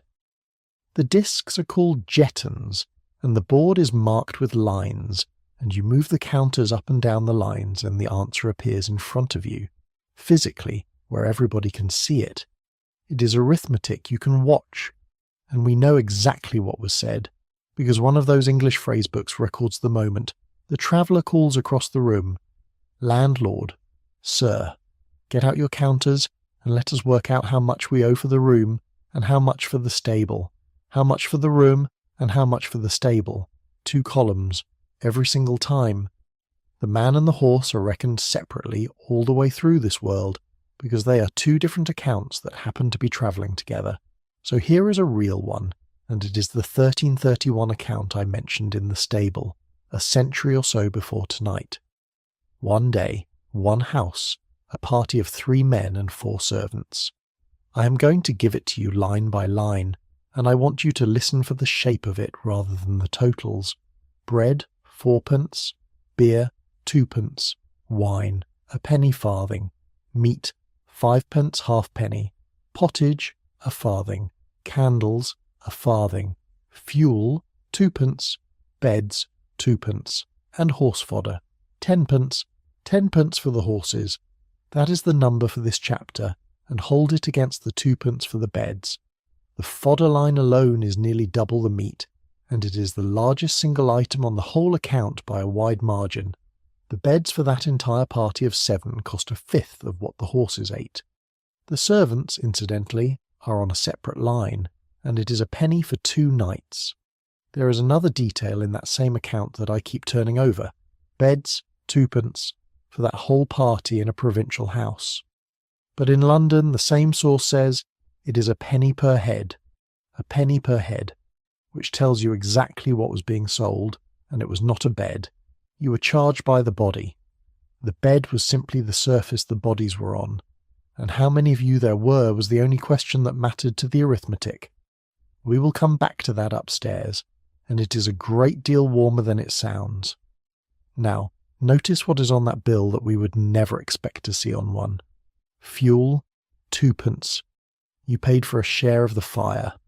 Not as a room charge, folded invisibly into something else, as a line. The heat you have been sitting in for the last 2 hours is an item priced between the beds and the candles, and candles a farthing. The light is also a line. It is the same price as your supper, as we found earlier, and in a minute we are going to talk about how astonishingly little that farthing actually bought. Now, in most houses on most nights, none of this is settled tonight. Back to Caxton, and the party at the door of the inn. When they have eaten, this is what they say. "Dame, what owe we? We have been well eased. We shall reckon tomorrow, and shall pay also, that ye shall hold you pleased. We shall reckon tomorrow. The bill waits until morning, on the plain understanding that in the morning it will be paid and the house will be satisfied. Nobody takes a deposit. Nobody holds anything. The counters go back in the pouch and the board goes away, and the whole transaction is left lying open overnight between strangers. Which brings me to the thing this house is doing for you that nobody at the table will ever mention. Under English custom, an innkeeper was effectively the insurer of his guests' goods. If you lost something while you were under his roof, he made it good. That is not a courtesy of the trade. That is the legal position. And Harrison, writing in the 1570s, states it with obvious pride in his own country. If he lose aught whilst he abideth in the inn, he writes, the host is bound by a general custom to restore the damage, so that there is no greater security anywhere for travellers than in the greatest inns of England. No greater security anywhere for travellers. That is what this building is selling you, underneath the supper and the bed, not comfort, cover. Now, I have to give you the other side because it exists and it would be dishonest to leave it out, and then I am going to put it back in proportion. The trade had a reputation. Harrison, in that same century, describes in some detail how a theft was supposed to be set up in an inn. The ostler takes your bag down from the saddlebow and weighs it in his hand as he does it, to feel what is in it. The chamberlain, who looks to the making of the beds, moves it from where you put it, as though he were setting it somewhere more convenient, and learns the same thing. And Chaucer, a century before that, has his parson name the sin. And it is worth noticing that he does not accuse the innkeepers of stealing, he accuses them of allowing it. Those that hold hostelries, he says, sustain the theft of their ostlers, so that is on the record, and I will not pretend otherwise, but hold it against the other things on the record. A knight leaving his private library with a hostess he trusted. A house legally liable for everything under its roof.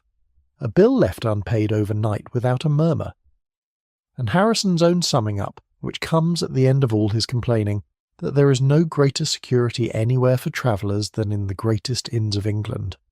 Both things are true. The trade was watched, and the trade was trusted, and it was watched precisely because it was trusted with so much.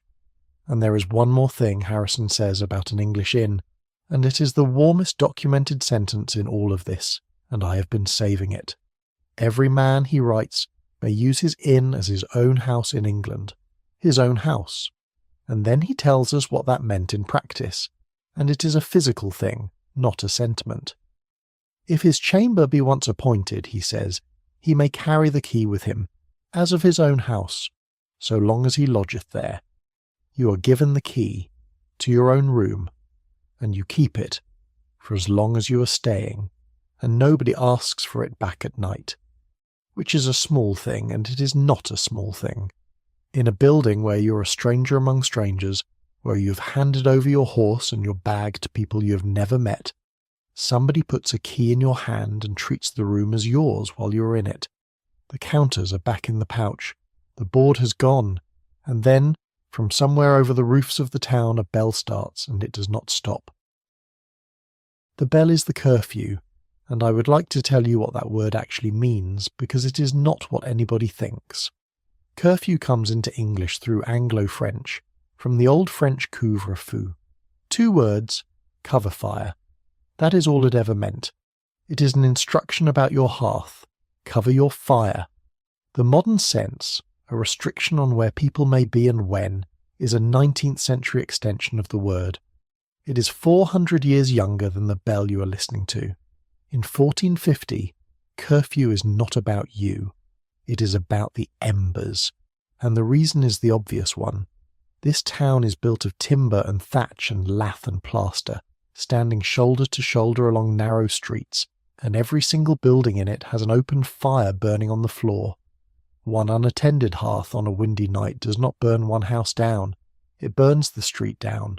So every evening at the same hour somebody rings a bell, and every household in England goes and does the same thing at the same time. 8 o'clock is the usual hour, and we can be specific about how this worked, because 2 administrative documents survive that are almost comically practical. The first is a London Ordinance of 1495, which is squarely in our century, and which is dealing with a discipline problem. If there be any parish clerk, it says, that ringeth curfew after the curfew be rung at Bow Church, all such to be presented, meaning the bell of St. Mary le Bow is the standard. Bow rings first. Every other parish in London rings after Bow, and if you ring late, you are reported. So the curfew of London was not 100 parish bells going off at random. It was a cascade starting from one tower, rolling outward across the city as each parish took it up. And the second document tells us how long it went on for.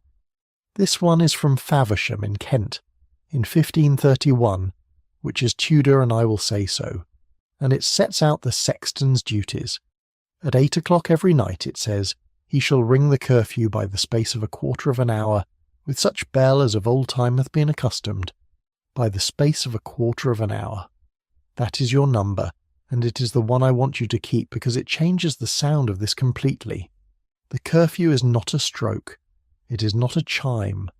It is 15 solid minutes of a single bell, rolling over the roofs of a town, and it is meant to be long because it is meant to reach everyone, including the people who are not listening for it. And with such bell as of old time hath been accustomed. Not any bell. That bell. The one that has always done this. So think about what a town sounds like from inside a hall at that hour. The talk does not stop. Nobody stands up and salutes. But underneath the conversation there is now a bell, and it goes on, and after 2 or 3 minutes people simply stop hearing it as a sound, and start hearing it as an instruction. They are already halfway through obeying. And here is what it is not. It is not an order to go indoors. That is the thing everybody gets wrong. The bell does not say go home. It says cover your fire. Going indoors follows, of course, because once the fire is covered, there is no light in the room and nothing much to be done and no reason to be out, so people go to bed. But that is a consequence, not the command. The command is about the hearth. The fire was the light.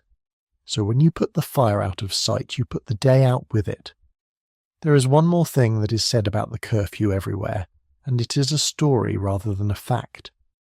The romantic version is that the curfew was a Norman imposition, brought in after the conquest to stop the English gathering in the dark and plotting. It is a good story, and it does not survive contact with the evidence. The practice predates the conquest.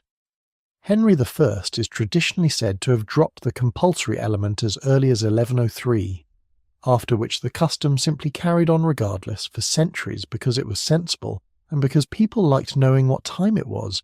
That is the tell, really. A law you have to enforce needs enforcing.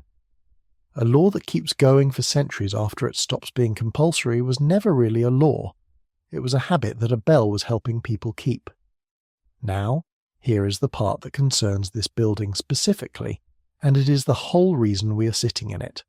The bell that is ringing over the roofs applies to everybody, but not everybody has to obey it in the same way, and the difference is written into how these places were regulated.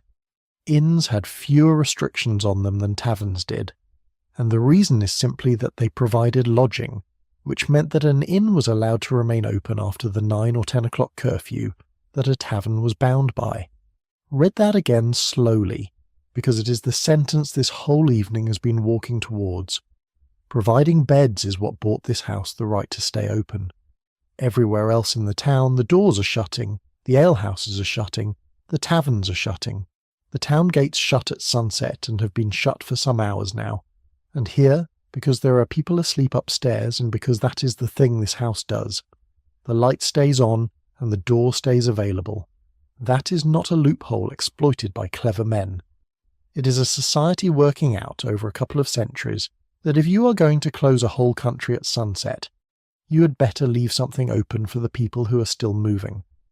So both things are true at the same time, and I want to sit in them rather than pick one. The fire is the best thing in this room.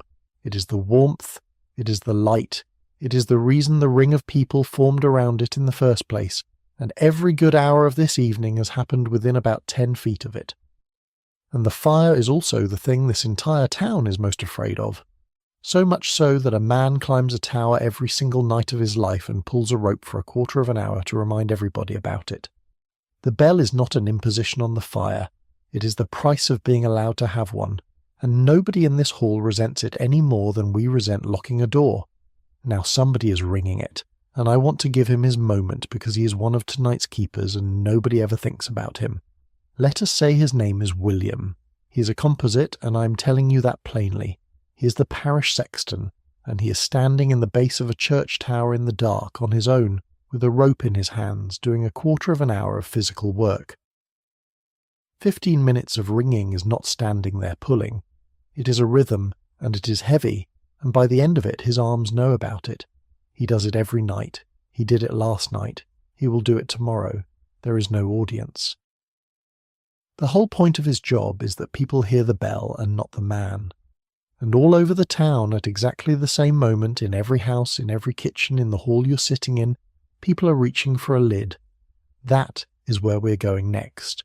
To the object itself, which is one of the most quietly perfect things anybody has ever made. Here it is. It is a dome of unglazed terracotta, fired clay, red-brown, rough on the outside, big enough to cover a heap of embers, with a handle moulded across the top so you can lift it, and its bottom rim is often fluted, crimped in the way you would crimp the edge of a pie, and there is one hole pierced through it. That is the whole object. That is a curfew. You set it over the fire at the ringing of the bell, and what happens underneath it is the thing I have been building towards all evening. The fire does not go out. It does not go on burning either. It smoulders. Deprived of most of its air, banked under its own ash, with the clay holding the heat in, it drops down into a slow, red half-life, and it stays there. And the hole matters. That is the piece of design that makes it work rather than merely making it safe. Because of the hole, air can still reach the embers, and so the fire does not quite die. Cover it completely, and by morning you have cold grey nothing. Cover it with one small opening, and by morning you have a heart of living coal under the ash, and one handful of dry straw and a little breath brings the whole thing back. So the lid does two opposite jobs at once. It stops the fire escaping, and it stops the fire dying. Covered and not put out. There were metal ones too.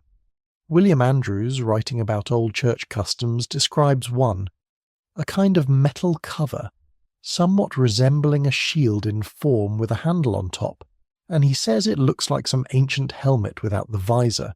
That is a very good description. A helmet, thrust over the fire when the bell rings. Now watch it happen, because this is John's last job downstairs. He does not do it in a hurry. The fire has been sinking for the last hour anyway, because nobody has fed it since the apples went in, and what is left is a low mound with more red in it than flame. He takes the rake and he draws the ash in from the edges of the hearth, gently, and banks it up over the coals. Ash is the insulation. The lid alone would not do it. Ash over embers is what holds the heat, and the lid is what holds the ash. Then he lifts the curfew and sets it down over the top, and turns it a little to seat it. And the room goes dark, not gradually. The hall has been lit by that fire all evening, and now there is a clay dome over it, and the light is simply gone, and every face and every beam and every corner that has been visible all evening stops being visible at once. What is left is one small candle somewhere, and the shapes of people, and a great deal of black air going up into a roof you can no longer see. That is the moment the building changes character. Up to now it has been a room with people in it. From now until dawn it is a container, holding sleepers, and the fire is under there. One hole, breathing. I want to stay with that object a moment longer because I think it is the best thing in this entire night, and I do not want to hurry past it. Every other way of dealing with a fire is a decision to end something. You put it out, you douse it, you let it burn down and go cold, and in the morning you start again from nothing, which on a wet morning can be a very long time indeed. The curfew is the refusal to do that. It is somebody looking at a dying fire and deciding, every single night for centuries, that the answer is not to end it and not to feed it, but to put a lid on it and let it keep going quietly by itself until it is wanted. And the hole is the mercy in it. One hole. That is the number for this chapter, and there is not a better one anywhere tonight. I want to widen it out for a second, because the same thing is happening everywhere. That bell was not rung for this house, it was rung for the town, So at this moment in every building within earshot, somebody's doing exactly what John has just done. Raking ash over embers, setting a lid down, turning it a little to seat it. A whole town at one bell covering its fires within the same quarter of an hour. And then a whole country doing it, town by town as the bells go in whatever order the local towers ring in. Bow first, in London, and the parishes after Bow. And out in the counties, wherever there is a church with a rope in it and a sexton who's been doing this since he was young, there is something in that image I find genuinely settling, and I think it is the synchrony of it. Not one person banking one fire. Everybody, at once. The whole of England going quietly down to embers at the same hour every night for centuries, and then coming back up again at dawn from the same embers. Nobody organised that. There is no ministry of fires. There is a bell and a habit and a piece of fired clay with a hole in it in every house in the country. Now, the other reason the lid matters, which is entirely practical. Starting a fire from nothing in the 15th century is work. There is no easy flame in this world. Everything you would use to make one is either damp or slow or both, and on a wet November morning it can be a genuinely miserable business, which is why nobody, anywhere, if they could possibly help it, ever let a fire go all the way out. The fire in an English house was not something you lit. It was something you kept. It was handed from evening to morning to evening again, night after night, under a lid, through one small hole. That is what John has just done. He has not finished the fire, he has passed it on to the morning. Now, the gates. While John is doing the fire, somebody else is at the arch. The heavy doors under it are pulled to and barred, and that is the building sealed because there is no other way in or out. No corridors, no back stair to the street, one mouth, now shut. And somebody has been to the stable one last time. So this is where we are, and I am going to say it in this form a few times through the rest of tonight, because it is worth having somewhere easy to land if you surface for a moment and wonder where you are. The gates are barred, the stable door is shut, the fire is covered. That is the state of this house now, and it will stay that way until morning, which leaves exactly one thing still burning in this entire building, and it is small, and somebody is about to pick it up and carry it upstairs, and it is going to have to do a great deal more work than you would believe. That is where we are going next. We should talk about light, because I think it is the single hardest thing about this century to feel properly. Not to know, to feel. We know they had candles. What is difficult is understanding what one flame actually does to a room, because none of us has ever really been in the dark. So let us do it by the numbers, and start with the cheapest light there was. A rush light is a rush. Literally a rush, the common soft rush, pulled out of wet pasture. You strip most of the green skin off it, leaving one narrow strip of rind running the length of it to hold it together, and that leaves the soft white pith bare. Then, and this is the part I like, you lay them out on the grass to bleach and take the dew for some nights. Then you dry them, and you draw them through melted fat. Bacon fat commonly. Mutton fat if you can, because mutton fat sets harder. And then you clip the rush at an angle in a little iron holder shaped like a pair of pliers on a stand, and you light the top of it. The measurements we have for how long one burns come from a country parson called Gilbert White, who timed them with a watch and wrote it all down. And I have to tell you that he was writing in 1775, 300 years after tonight. But the technology had not changed in any respect at all, so his figures are the best we will ever have. A rushlight 2 feet 4.5 inches long, he found, burned 57 minutes. 57 minutes. That is the number for this chapter. His average across all of them was about half an hour. Other work gives shorter rushes, 20 to 24 inches, running about 45 minutes, and a common 12-inch rush burning 10 to 15. And of the quality, White wrote a small line that I find rather touching in its plainness. These rushes, he said, give a good clear light. There was even a specialised version for a longer, dimmer burn. If you left 2 strips of rind on the pith instead of 1, the rush burned lower and lasted further into the night, and they had a name for it. A watch light. which is a lovely piece of vocabulary when you think about who needs one. Not somebody reading, somebody sitting up, somebody watching, at an hour when nothing much is happening and the thing you need is not brightness but company. And there is a whole small economy behind these. Somebody had to go out to the wet ground and cut the rushes. Somebody had to peel them, leaving one lengthwise strip of rind for support and the soft white pith bare, which is a fiddly job needing a light hand. Somebody had to lay them on the grass for several nights to bleach. Somebody had to render the fat and draw them through it. And somebody had to make the holder, and that was the village blacksmith individually by hand, which is why no two of them are quite the same, and why they turn up in museums looking like small pieces of sculpture. All of that for 57 minutes. They do. But think about what 57 minutes means as an object. That is not a lamp. That is a timer. You can watch an hour of your own evening burning down in front of you at a measurable rate, and when it reaches the clip it is over, and you either light another one or you go to bed. Candles are the step up, and there are two kinds, and the gap between them is enormous. Tallow candles made from rendered animal fat cost a penny halfpenny a pound in the 15th century. They smoke. They smell of hot fat, and the smell is not a pleasant one. They soot up the walls and the hangings. Wax candles, beeswax, cost sixpence halfpenny a pound in 1406. 4 times the price. They burn clean and bright and do not foul the room, and they were for the clergy and the nobility. Beeswax was the only light permitted in a medieval church, which is why the clergy kept bees. A pound of wax candles cost about a whole day's wage for a thatcher. Now here is the comparison that I think tells you everything about who had light and who did not. A great house, in winter, burned something like 100 pounds weight of wax and tallow in a single night. 100 pounds every night. At those prices, that is somewhere between 12 shillings and sixpence and £2 14 shillings in one evening purely to be able to see. And a traveller in this hall bought 1 candle, for a farthing, the same farthing as his supper. Then there is the cresset, which is the institutional answer.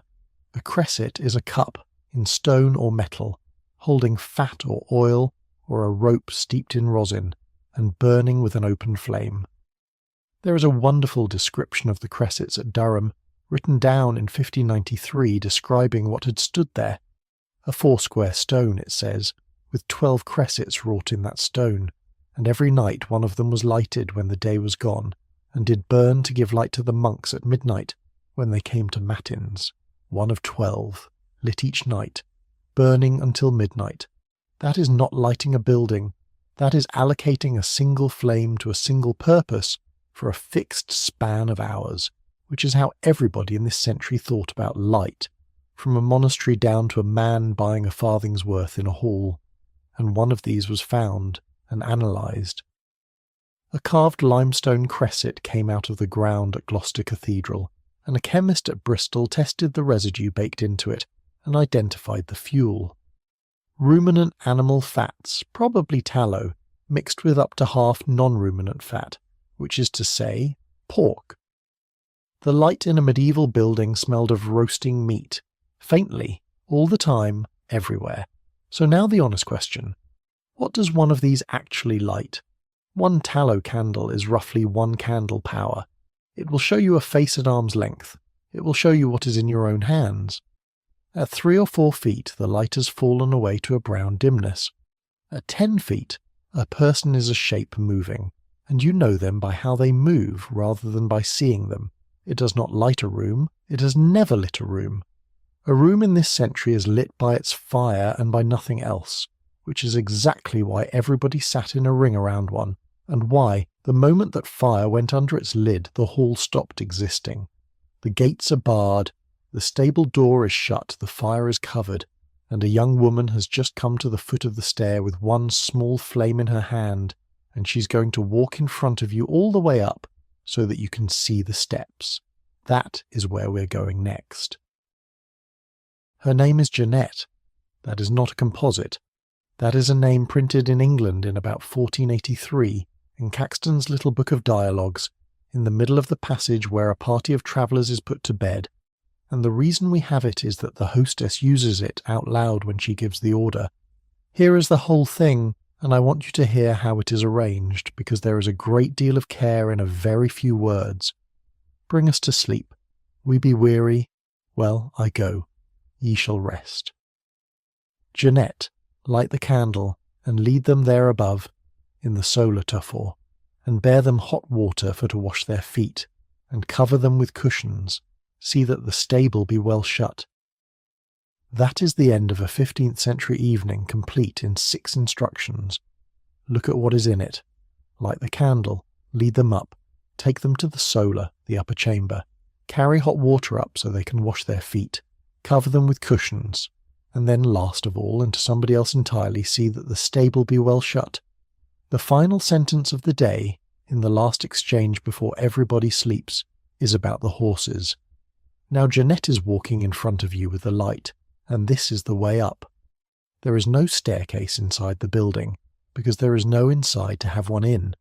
You go out of the hall into the courtyard in whatever the weather is doing, across the wet cobbles, up an external stair, and then along the gallery, which is a wooden balcony running round the inside of the courtyard, open on the yard side, with the chamber doors along the wall on your other hand.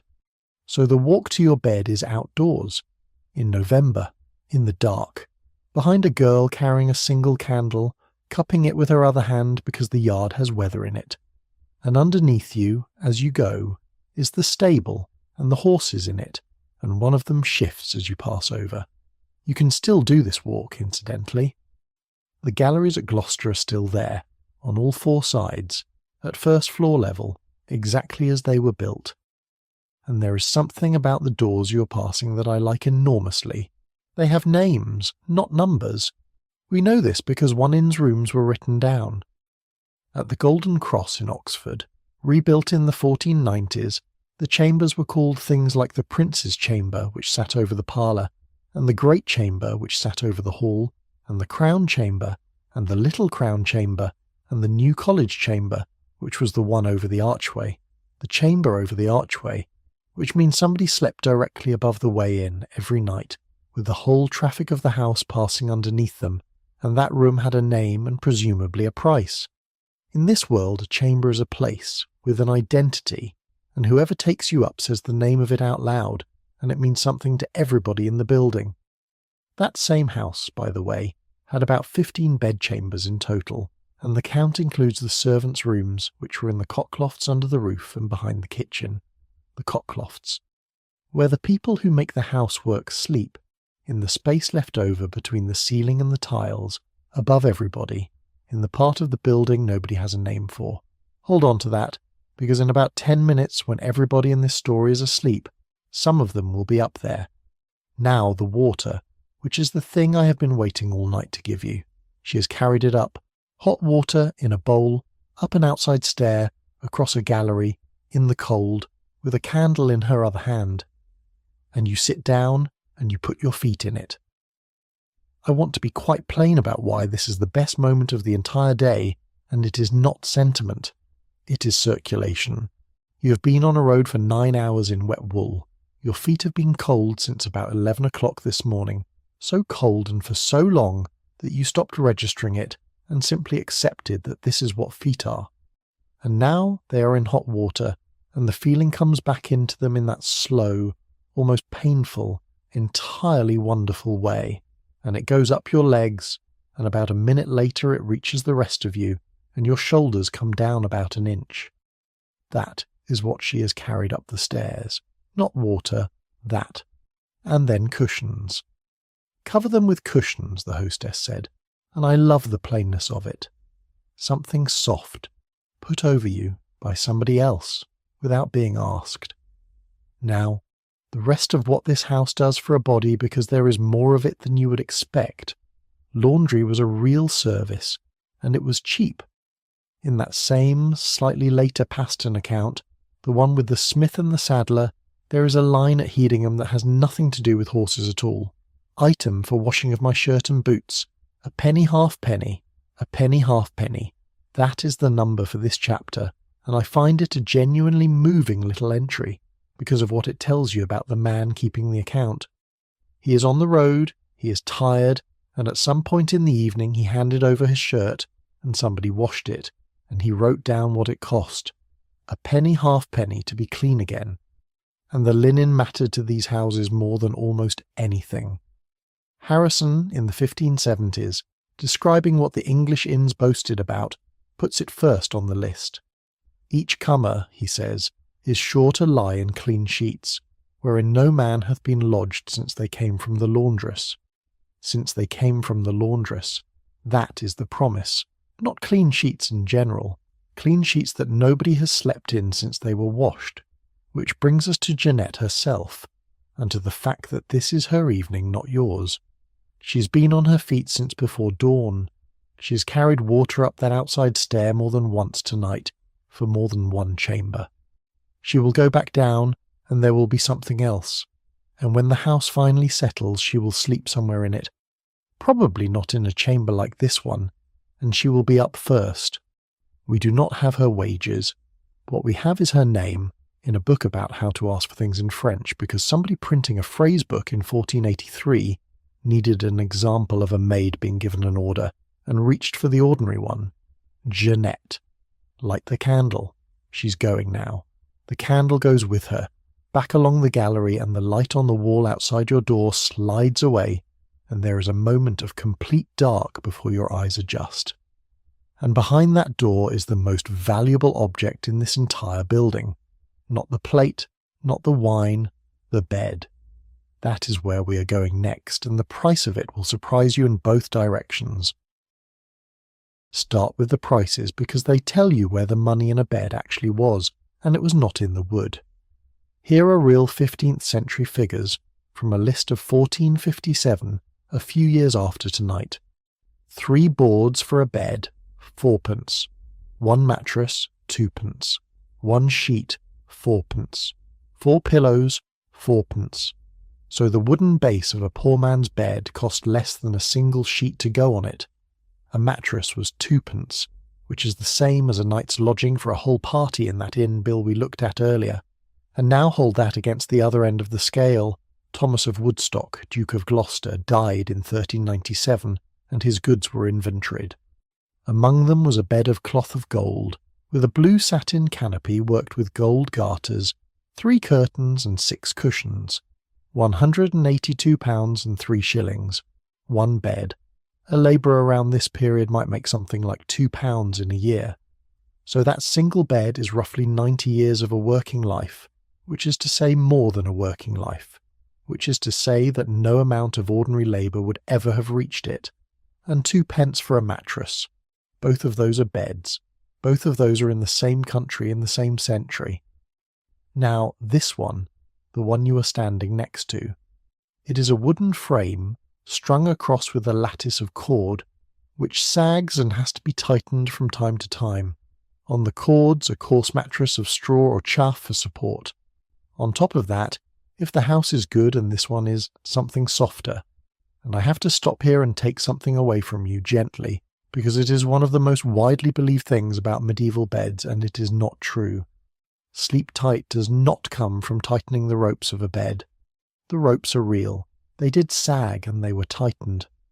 But the phrase does not appear in English until the 1860s, long after rope-strung beds had gone, and tight in that phrase simply means soundly, in exactly the way we still say sit tight. The earliest recorded use from 1866 is somebody writing sleep tight and wake bright, which is plainly about sleeping well. I am a little sorry to spoil it, but I would rather hand you the real bed than the story. Now, how many people are in this room? The historian John Hare's survey gives the shape of a typical late medieval inn. Between 5 and 17 chambers, and in each chamber between 1 and 3 beds, and then the arithmetic that settles the question. The new inn at Gloucester, the 4-ranged one begun in 1432, had at least 20 bedchambers, and historic England reckons it accommodated something like 200 guests. 200 people, 20 chambers, that is 10 to a room. And remember the 1331 bill and the line that said a penny per head in London. Not a penny a bed, a penny a body. So let me simply tell you what is true, without dressing it up, because it is warmer than the modern reaction to it. You're going to share this bed with a stranger, and so is nearly everybody else in this building, and nobody in the 15th century thinks anything of it whatsoever. Roger Ekirch, who has done more work on the pre-industrial night than anybody, points out that entire households of European peasants, 5 or 6 people, sometimes shared one bed.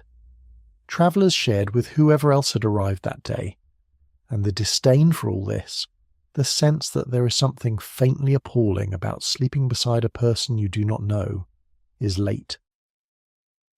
Ekirch dates the widespread distaste among the gentle classes to the 18th century, 300 years after tonight. In 1450 it is simply how a bed works. It is warmth. In a building with no heating above the ground floor and a gale coming across the courtyard, it is economy. And there is a third thing, which nobody says out loud but which is doing quiet work all night, and it is that a room with other people breathing in it is a safer room than a room with one person in it. The man already in this bed has moved over.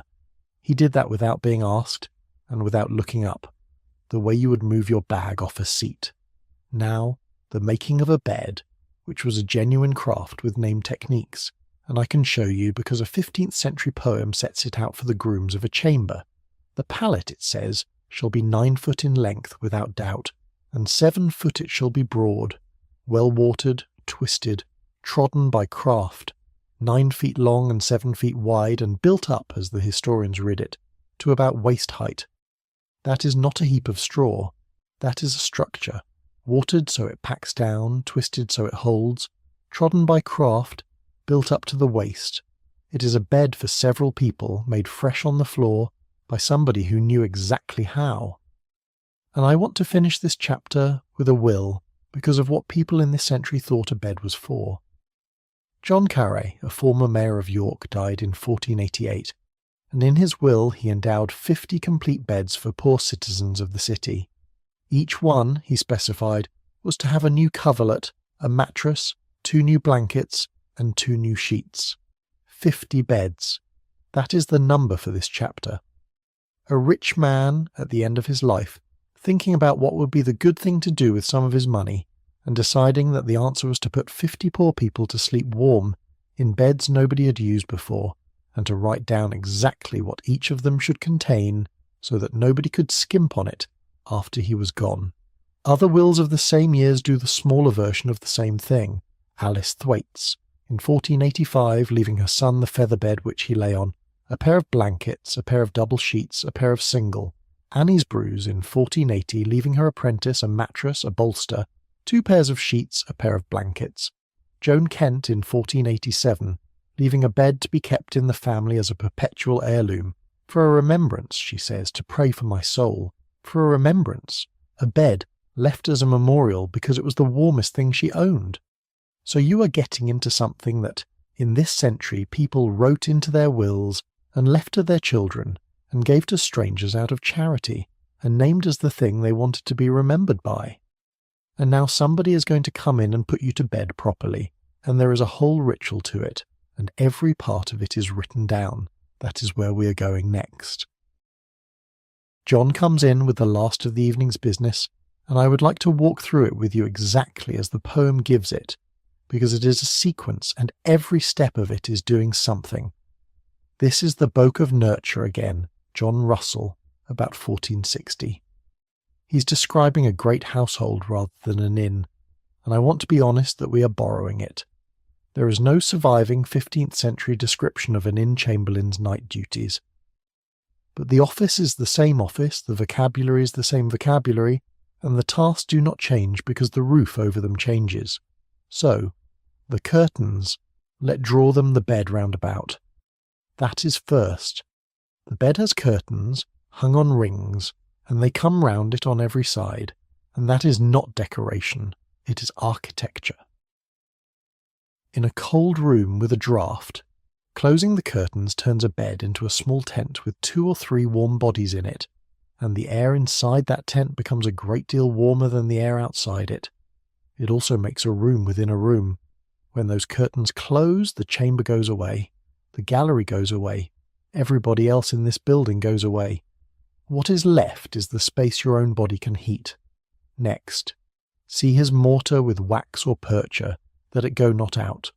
A mortar is a squat night light of wax, a fat little thing with a short wick, made to burn slowly and low for hours. A percha is the tall standing candle, and the instruction is not to light it. The instruction is to check it, to look at it and make certain it will not go out. So the room is not dark. There is one small flame, deliberately, all night, and somebody's job includes making sure it lasts. Next, and this is my favourite line in the entire poem, drive out dog and cat, or else give them a clout. Out, both of them, every night. The dog and the cat are in the chamber, because of course they are, and they are shown the door, and if they will not go, a smack. Somebody was writing an instruction manual for a great household in the 1460s, and thought it necessary to specify that the animals must be got out of the bedroom, which means they kept coming back in, which means somebody was letting them. Next, look that ye have the basin for chamber, and also the urinal, ready at all hours, when he will cleep or call, ready at all hours. Cleep means to call out. So the vessel is set within reach of the bed, and it stays there, and the man who set it there is expected to be available if he is called for in the night. And that one detail is quiet proof of something we're coming to in a few minutes, which is that waking in the middle of the night was not a problem in this world. It was expected. It was planned for.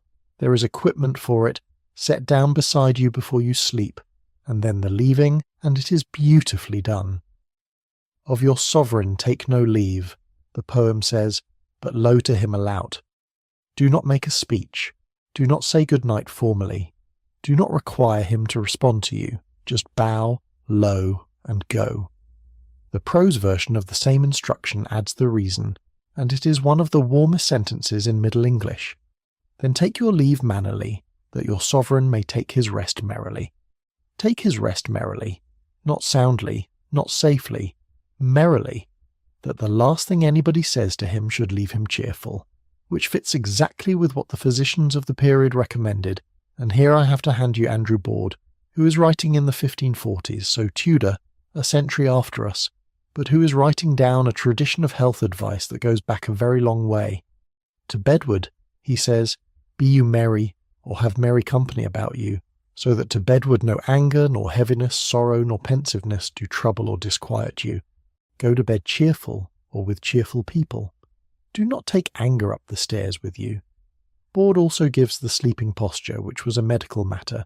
When you be in your bed, he says, lie a little while on your left side and sleep on your right side.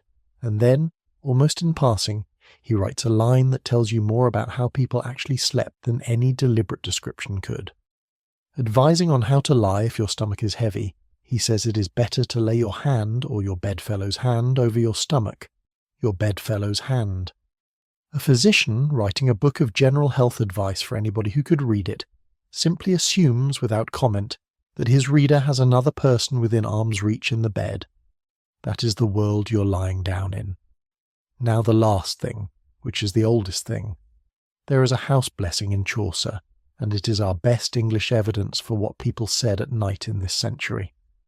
In the Miller's Tale, a carpenter says a night spell over a sleeper, and then over the building. I cross thee from elves and from wights, he says, and then he says the night spell, on the four halves of the house about, and on the threshold of the door without.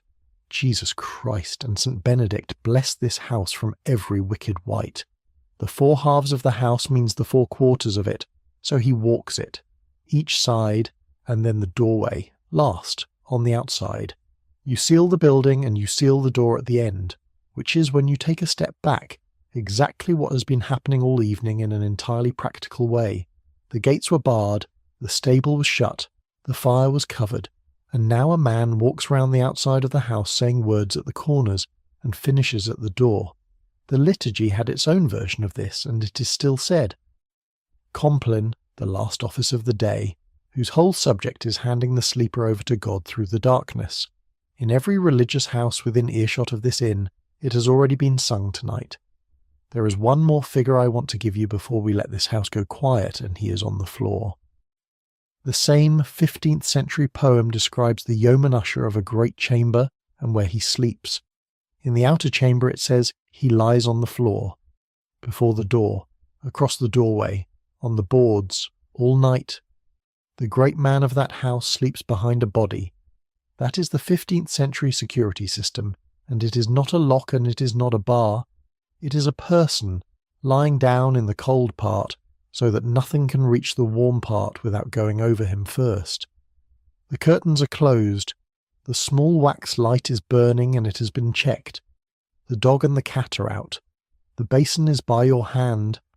There is a stranger's back against yours and he has already gone under, and his breathing has slowed into that long, even rhythm that is one of the most contagious sounds there is.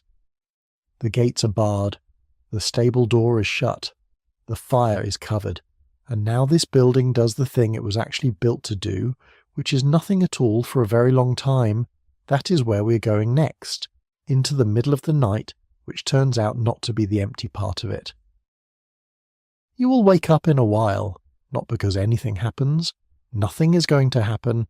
You will simply come up out of sleep somewhere around the middle of the night and lie there and be awake, and this will be completely ordinary. There is a good deal of evidence that this is how the pre-industrial night worked, and I want to give it to you gently, because it is a lovely idea and it is also an argued one, and you should have both. The historian who gathered it is Roger E. Kirch. He collected references, from diaries and court records and medical books and poems, to a night divided into two parts: a first sleep, then a period of waking, then a second sleep. His own description of the shape is that people went to bed between 9 and 10, woke around midnight, stayed conscious for up to an hour or so, and then slept again until dawn. By his most recent count, he has found something like 2,000 references to it. 2,000! That is the number, and it is the last one I am going to give you tonight. And the thing he says about them is more interesting than the count. It is not just the number of references, he says. It is the way they refer to it, as if it was common knowledge. The best English example, and the one closest to where we are, is in Chaucer. In the Squire's Tale, written in the 1390s, a young woman goes to bed early, and Chaucer writes simply that she slept her first sleep and then awoke. That is all. He does not explain it. He does not gloss it. He drops the phrase in the way you would drop a phrase everybody already understands, which is exactly what it appears to have been. Now the honest part. Not every historian is convinced that this was as universal or as tidy as the theory suggests. Niall Boyce has argued that the texts admit other readings, and that some of them describe ordinary broken sleep rather than a fixed pattern with a name. He does not say it never happened. He says the evidence is thinner and more ambiguous than the theory needs, and a Kirch has answered, and points among other things to a run of medical books that time the taking of a dose to after the first sleep, which is the sort of thing a physician only writes if he expects his reader to know when that is. So let me give you the part that nobody disputes, because it is the part that matters at this hour. A person who went to bed at 9 in the dark with no light they had not paid for and nothing whatsoever to keep them up, spent far longer lying in a bed than we do. And waking in the small hours in that world was ordinary and expected, and not in the least frightening. That is the thing, not the theory, the lack of alarm. Because here is what people did in that hour, from the records Kirk gathered.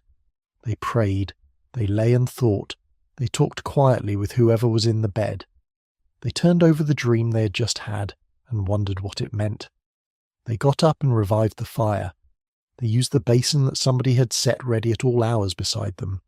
Nobody, anywhere in the record, seems to have lain there worrying about being awake. And there is one more thing here that turns the whole night around, and I have been saving it for now. We say the dead of night, and we mean the frozen middle hours. That is not what the phrase meant. In Middle English it is the dead sleep, and it is not the middle of the night at all. Chaucer uses it for the beginning. The dead sleep, he writes, for weary business, fell on this carpenter about curfew time or little more, and 2 centuries later a writer called Joseph Carroll spells it out completely in a book published in 1656. In the former part or beginning of the night he writes, "For the first sleep is the deep sleep, and we used to say that a man, especially a weary hard-wrought man, is in a dead sleep when he is in his first sleep. A weary hard-wrought man." So the dead sleep is the iron sleep that falls on a tired body the moment it lies down. It is the one you went into 2 hours ago and did not feel arrive. And the middle of the night in this scheme is not dead at all. It is the hour when the house is quietly awake. So let us go and look at it since you are up. The chamber first. The small wax light is still going, low, doing exactly what it was checked to do. The curtains are drawn. The stranger beside you is deep under and has not moved. Somewhere along the gallery a door is not quite fitted, and there is a thin sound of the weather. Below you, through the boards, a horse shifts its weight and settles again. Out in the yard the rain has stopped. The cobbles are shining. The great doors under the arch are barred, and there is nothing at all coming through them until somebody unbars them, and past them the town. There is no light in it. None. Not one lamp anywhere, because there is no street lighting in this country at all, and this town is simply a set of dark shapes with the sky above them slightly less dark than the roofs. The gates are shut. On them, somewhere, are the men whose turn it is, 4 or 6 of them depending on the size of the place, standing their watch from sunset to sunrise because the constable rostered them and because it has been done this way since the statute of 1285. They are not soldiers, they are somebody's neighbours, out in the cold, doing their weeks, and they will go home in the morning to a fire that somebody else has kept for them, and in every house in this town, under a lid of fired clay with one hole in it, an ember is going quietly on, covered and not put out. That is the state of the whole country right now, and it is worth just lying there and holding it for a moment. The doors barred, the animals fed and dry, the watch on the gates, and several thousand small red hearts of fire all over England, all breathing through one hole each, waiting for morning. You do not need to hold on to any of this. If you drift now, the fire will still be there, and so will the gates, and so will the horse under the floor. None of it depends on you being awake for it. That is rather the point of the whole building when you think about it. Somebody else is holding all of it. You are going to go back under in a minute. The gates are barred, the stable door is shut, the fire is covered, and in about 3 hours somebody is going to want that fire, and they are going to come down for it in the dark. Somebody is up before you. Somebody is always up before you. That has been the whole shape of tonight, and it does not change at the end of it. The oven has to be fired hours before there is any light in the sky, because bread has to be ready in the morning, and an oven takes a long time to come up to heat. I cannot give you the hour. Nobody wrote it down, and I would rather tell you that than invent it. What is certain is that the baking of an English morning began in the dark, and that the person doing it went down to a covered fire and lifted the lid off it. And there it was, where it was left, under the ash, still red. That is the whole thing, really. That is the thing this house does. Nobody kept the fire burning. Somebody kept it. Upstairs, in a little while, there is one more piece of care waiting for you, and it is written in the same poem we have been following all night. In the morning tide, it says, "Against your sovereign doth rise, wait his linen that it be clean. Then warm it in this wise by a clear fire without smoke, if it be cold or freeze. Warm the shirt at a clear fire without smoke, so it does not come to him smelling of the hearth."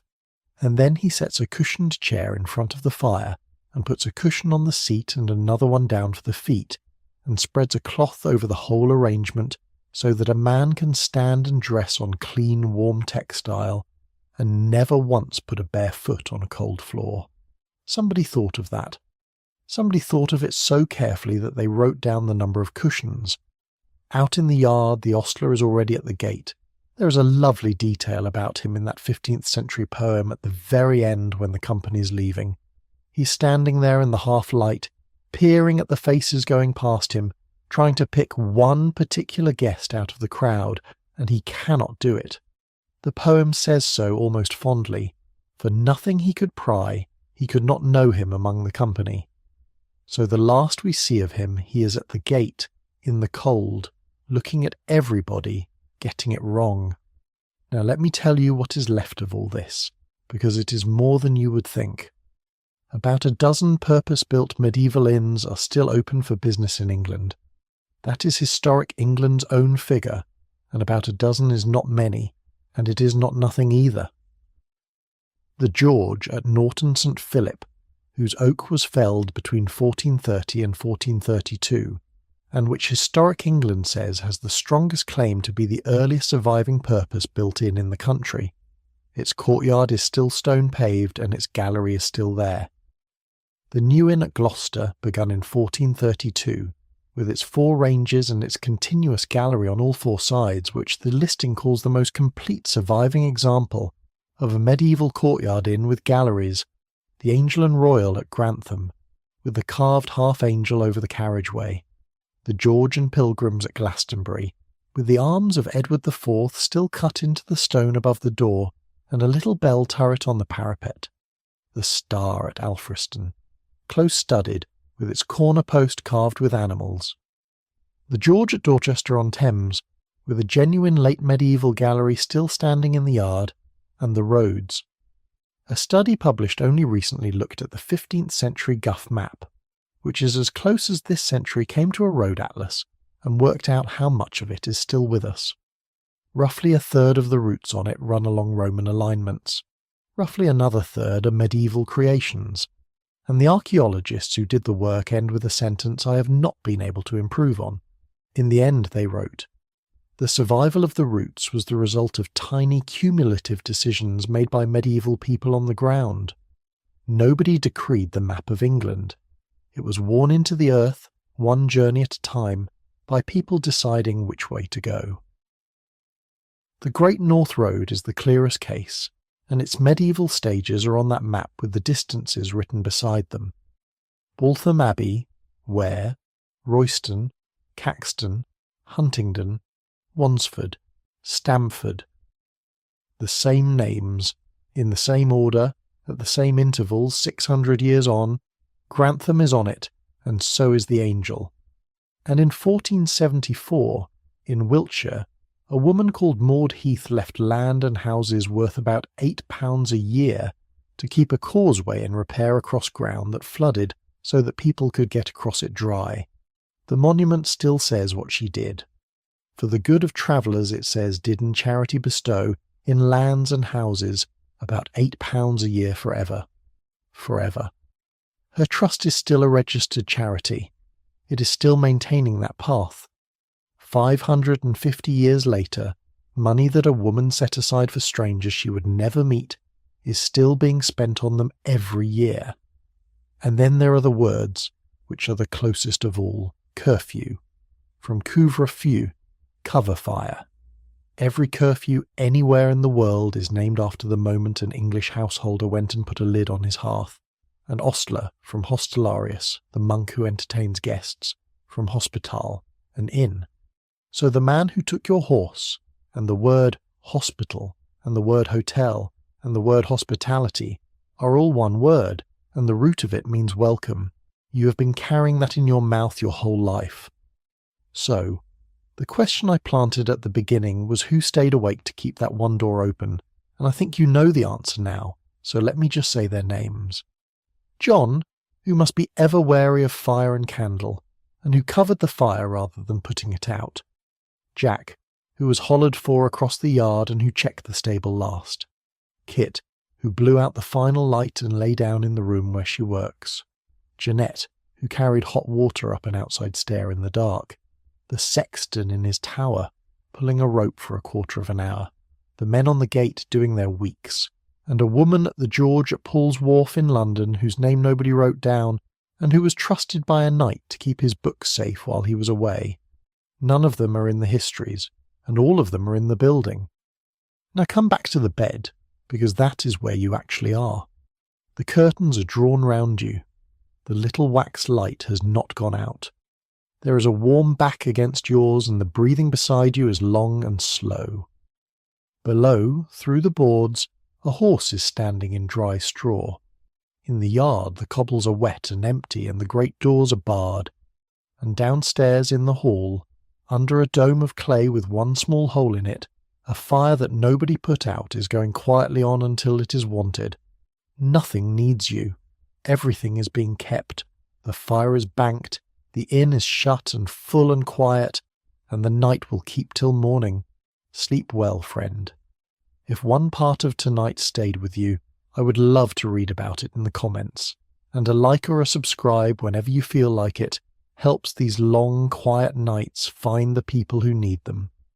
Next time, we will take a different kind of night altogether and go somewhere with a great deal more sky.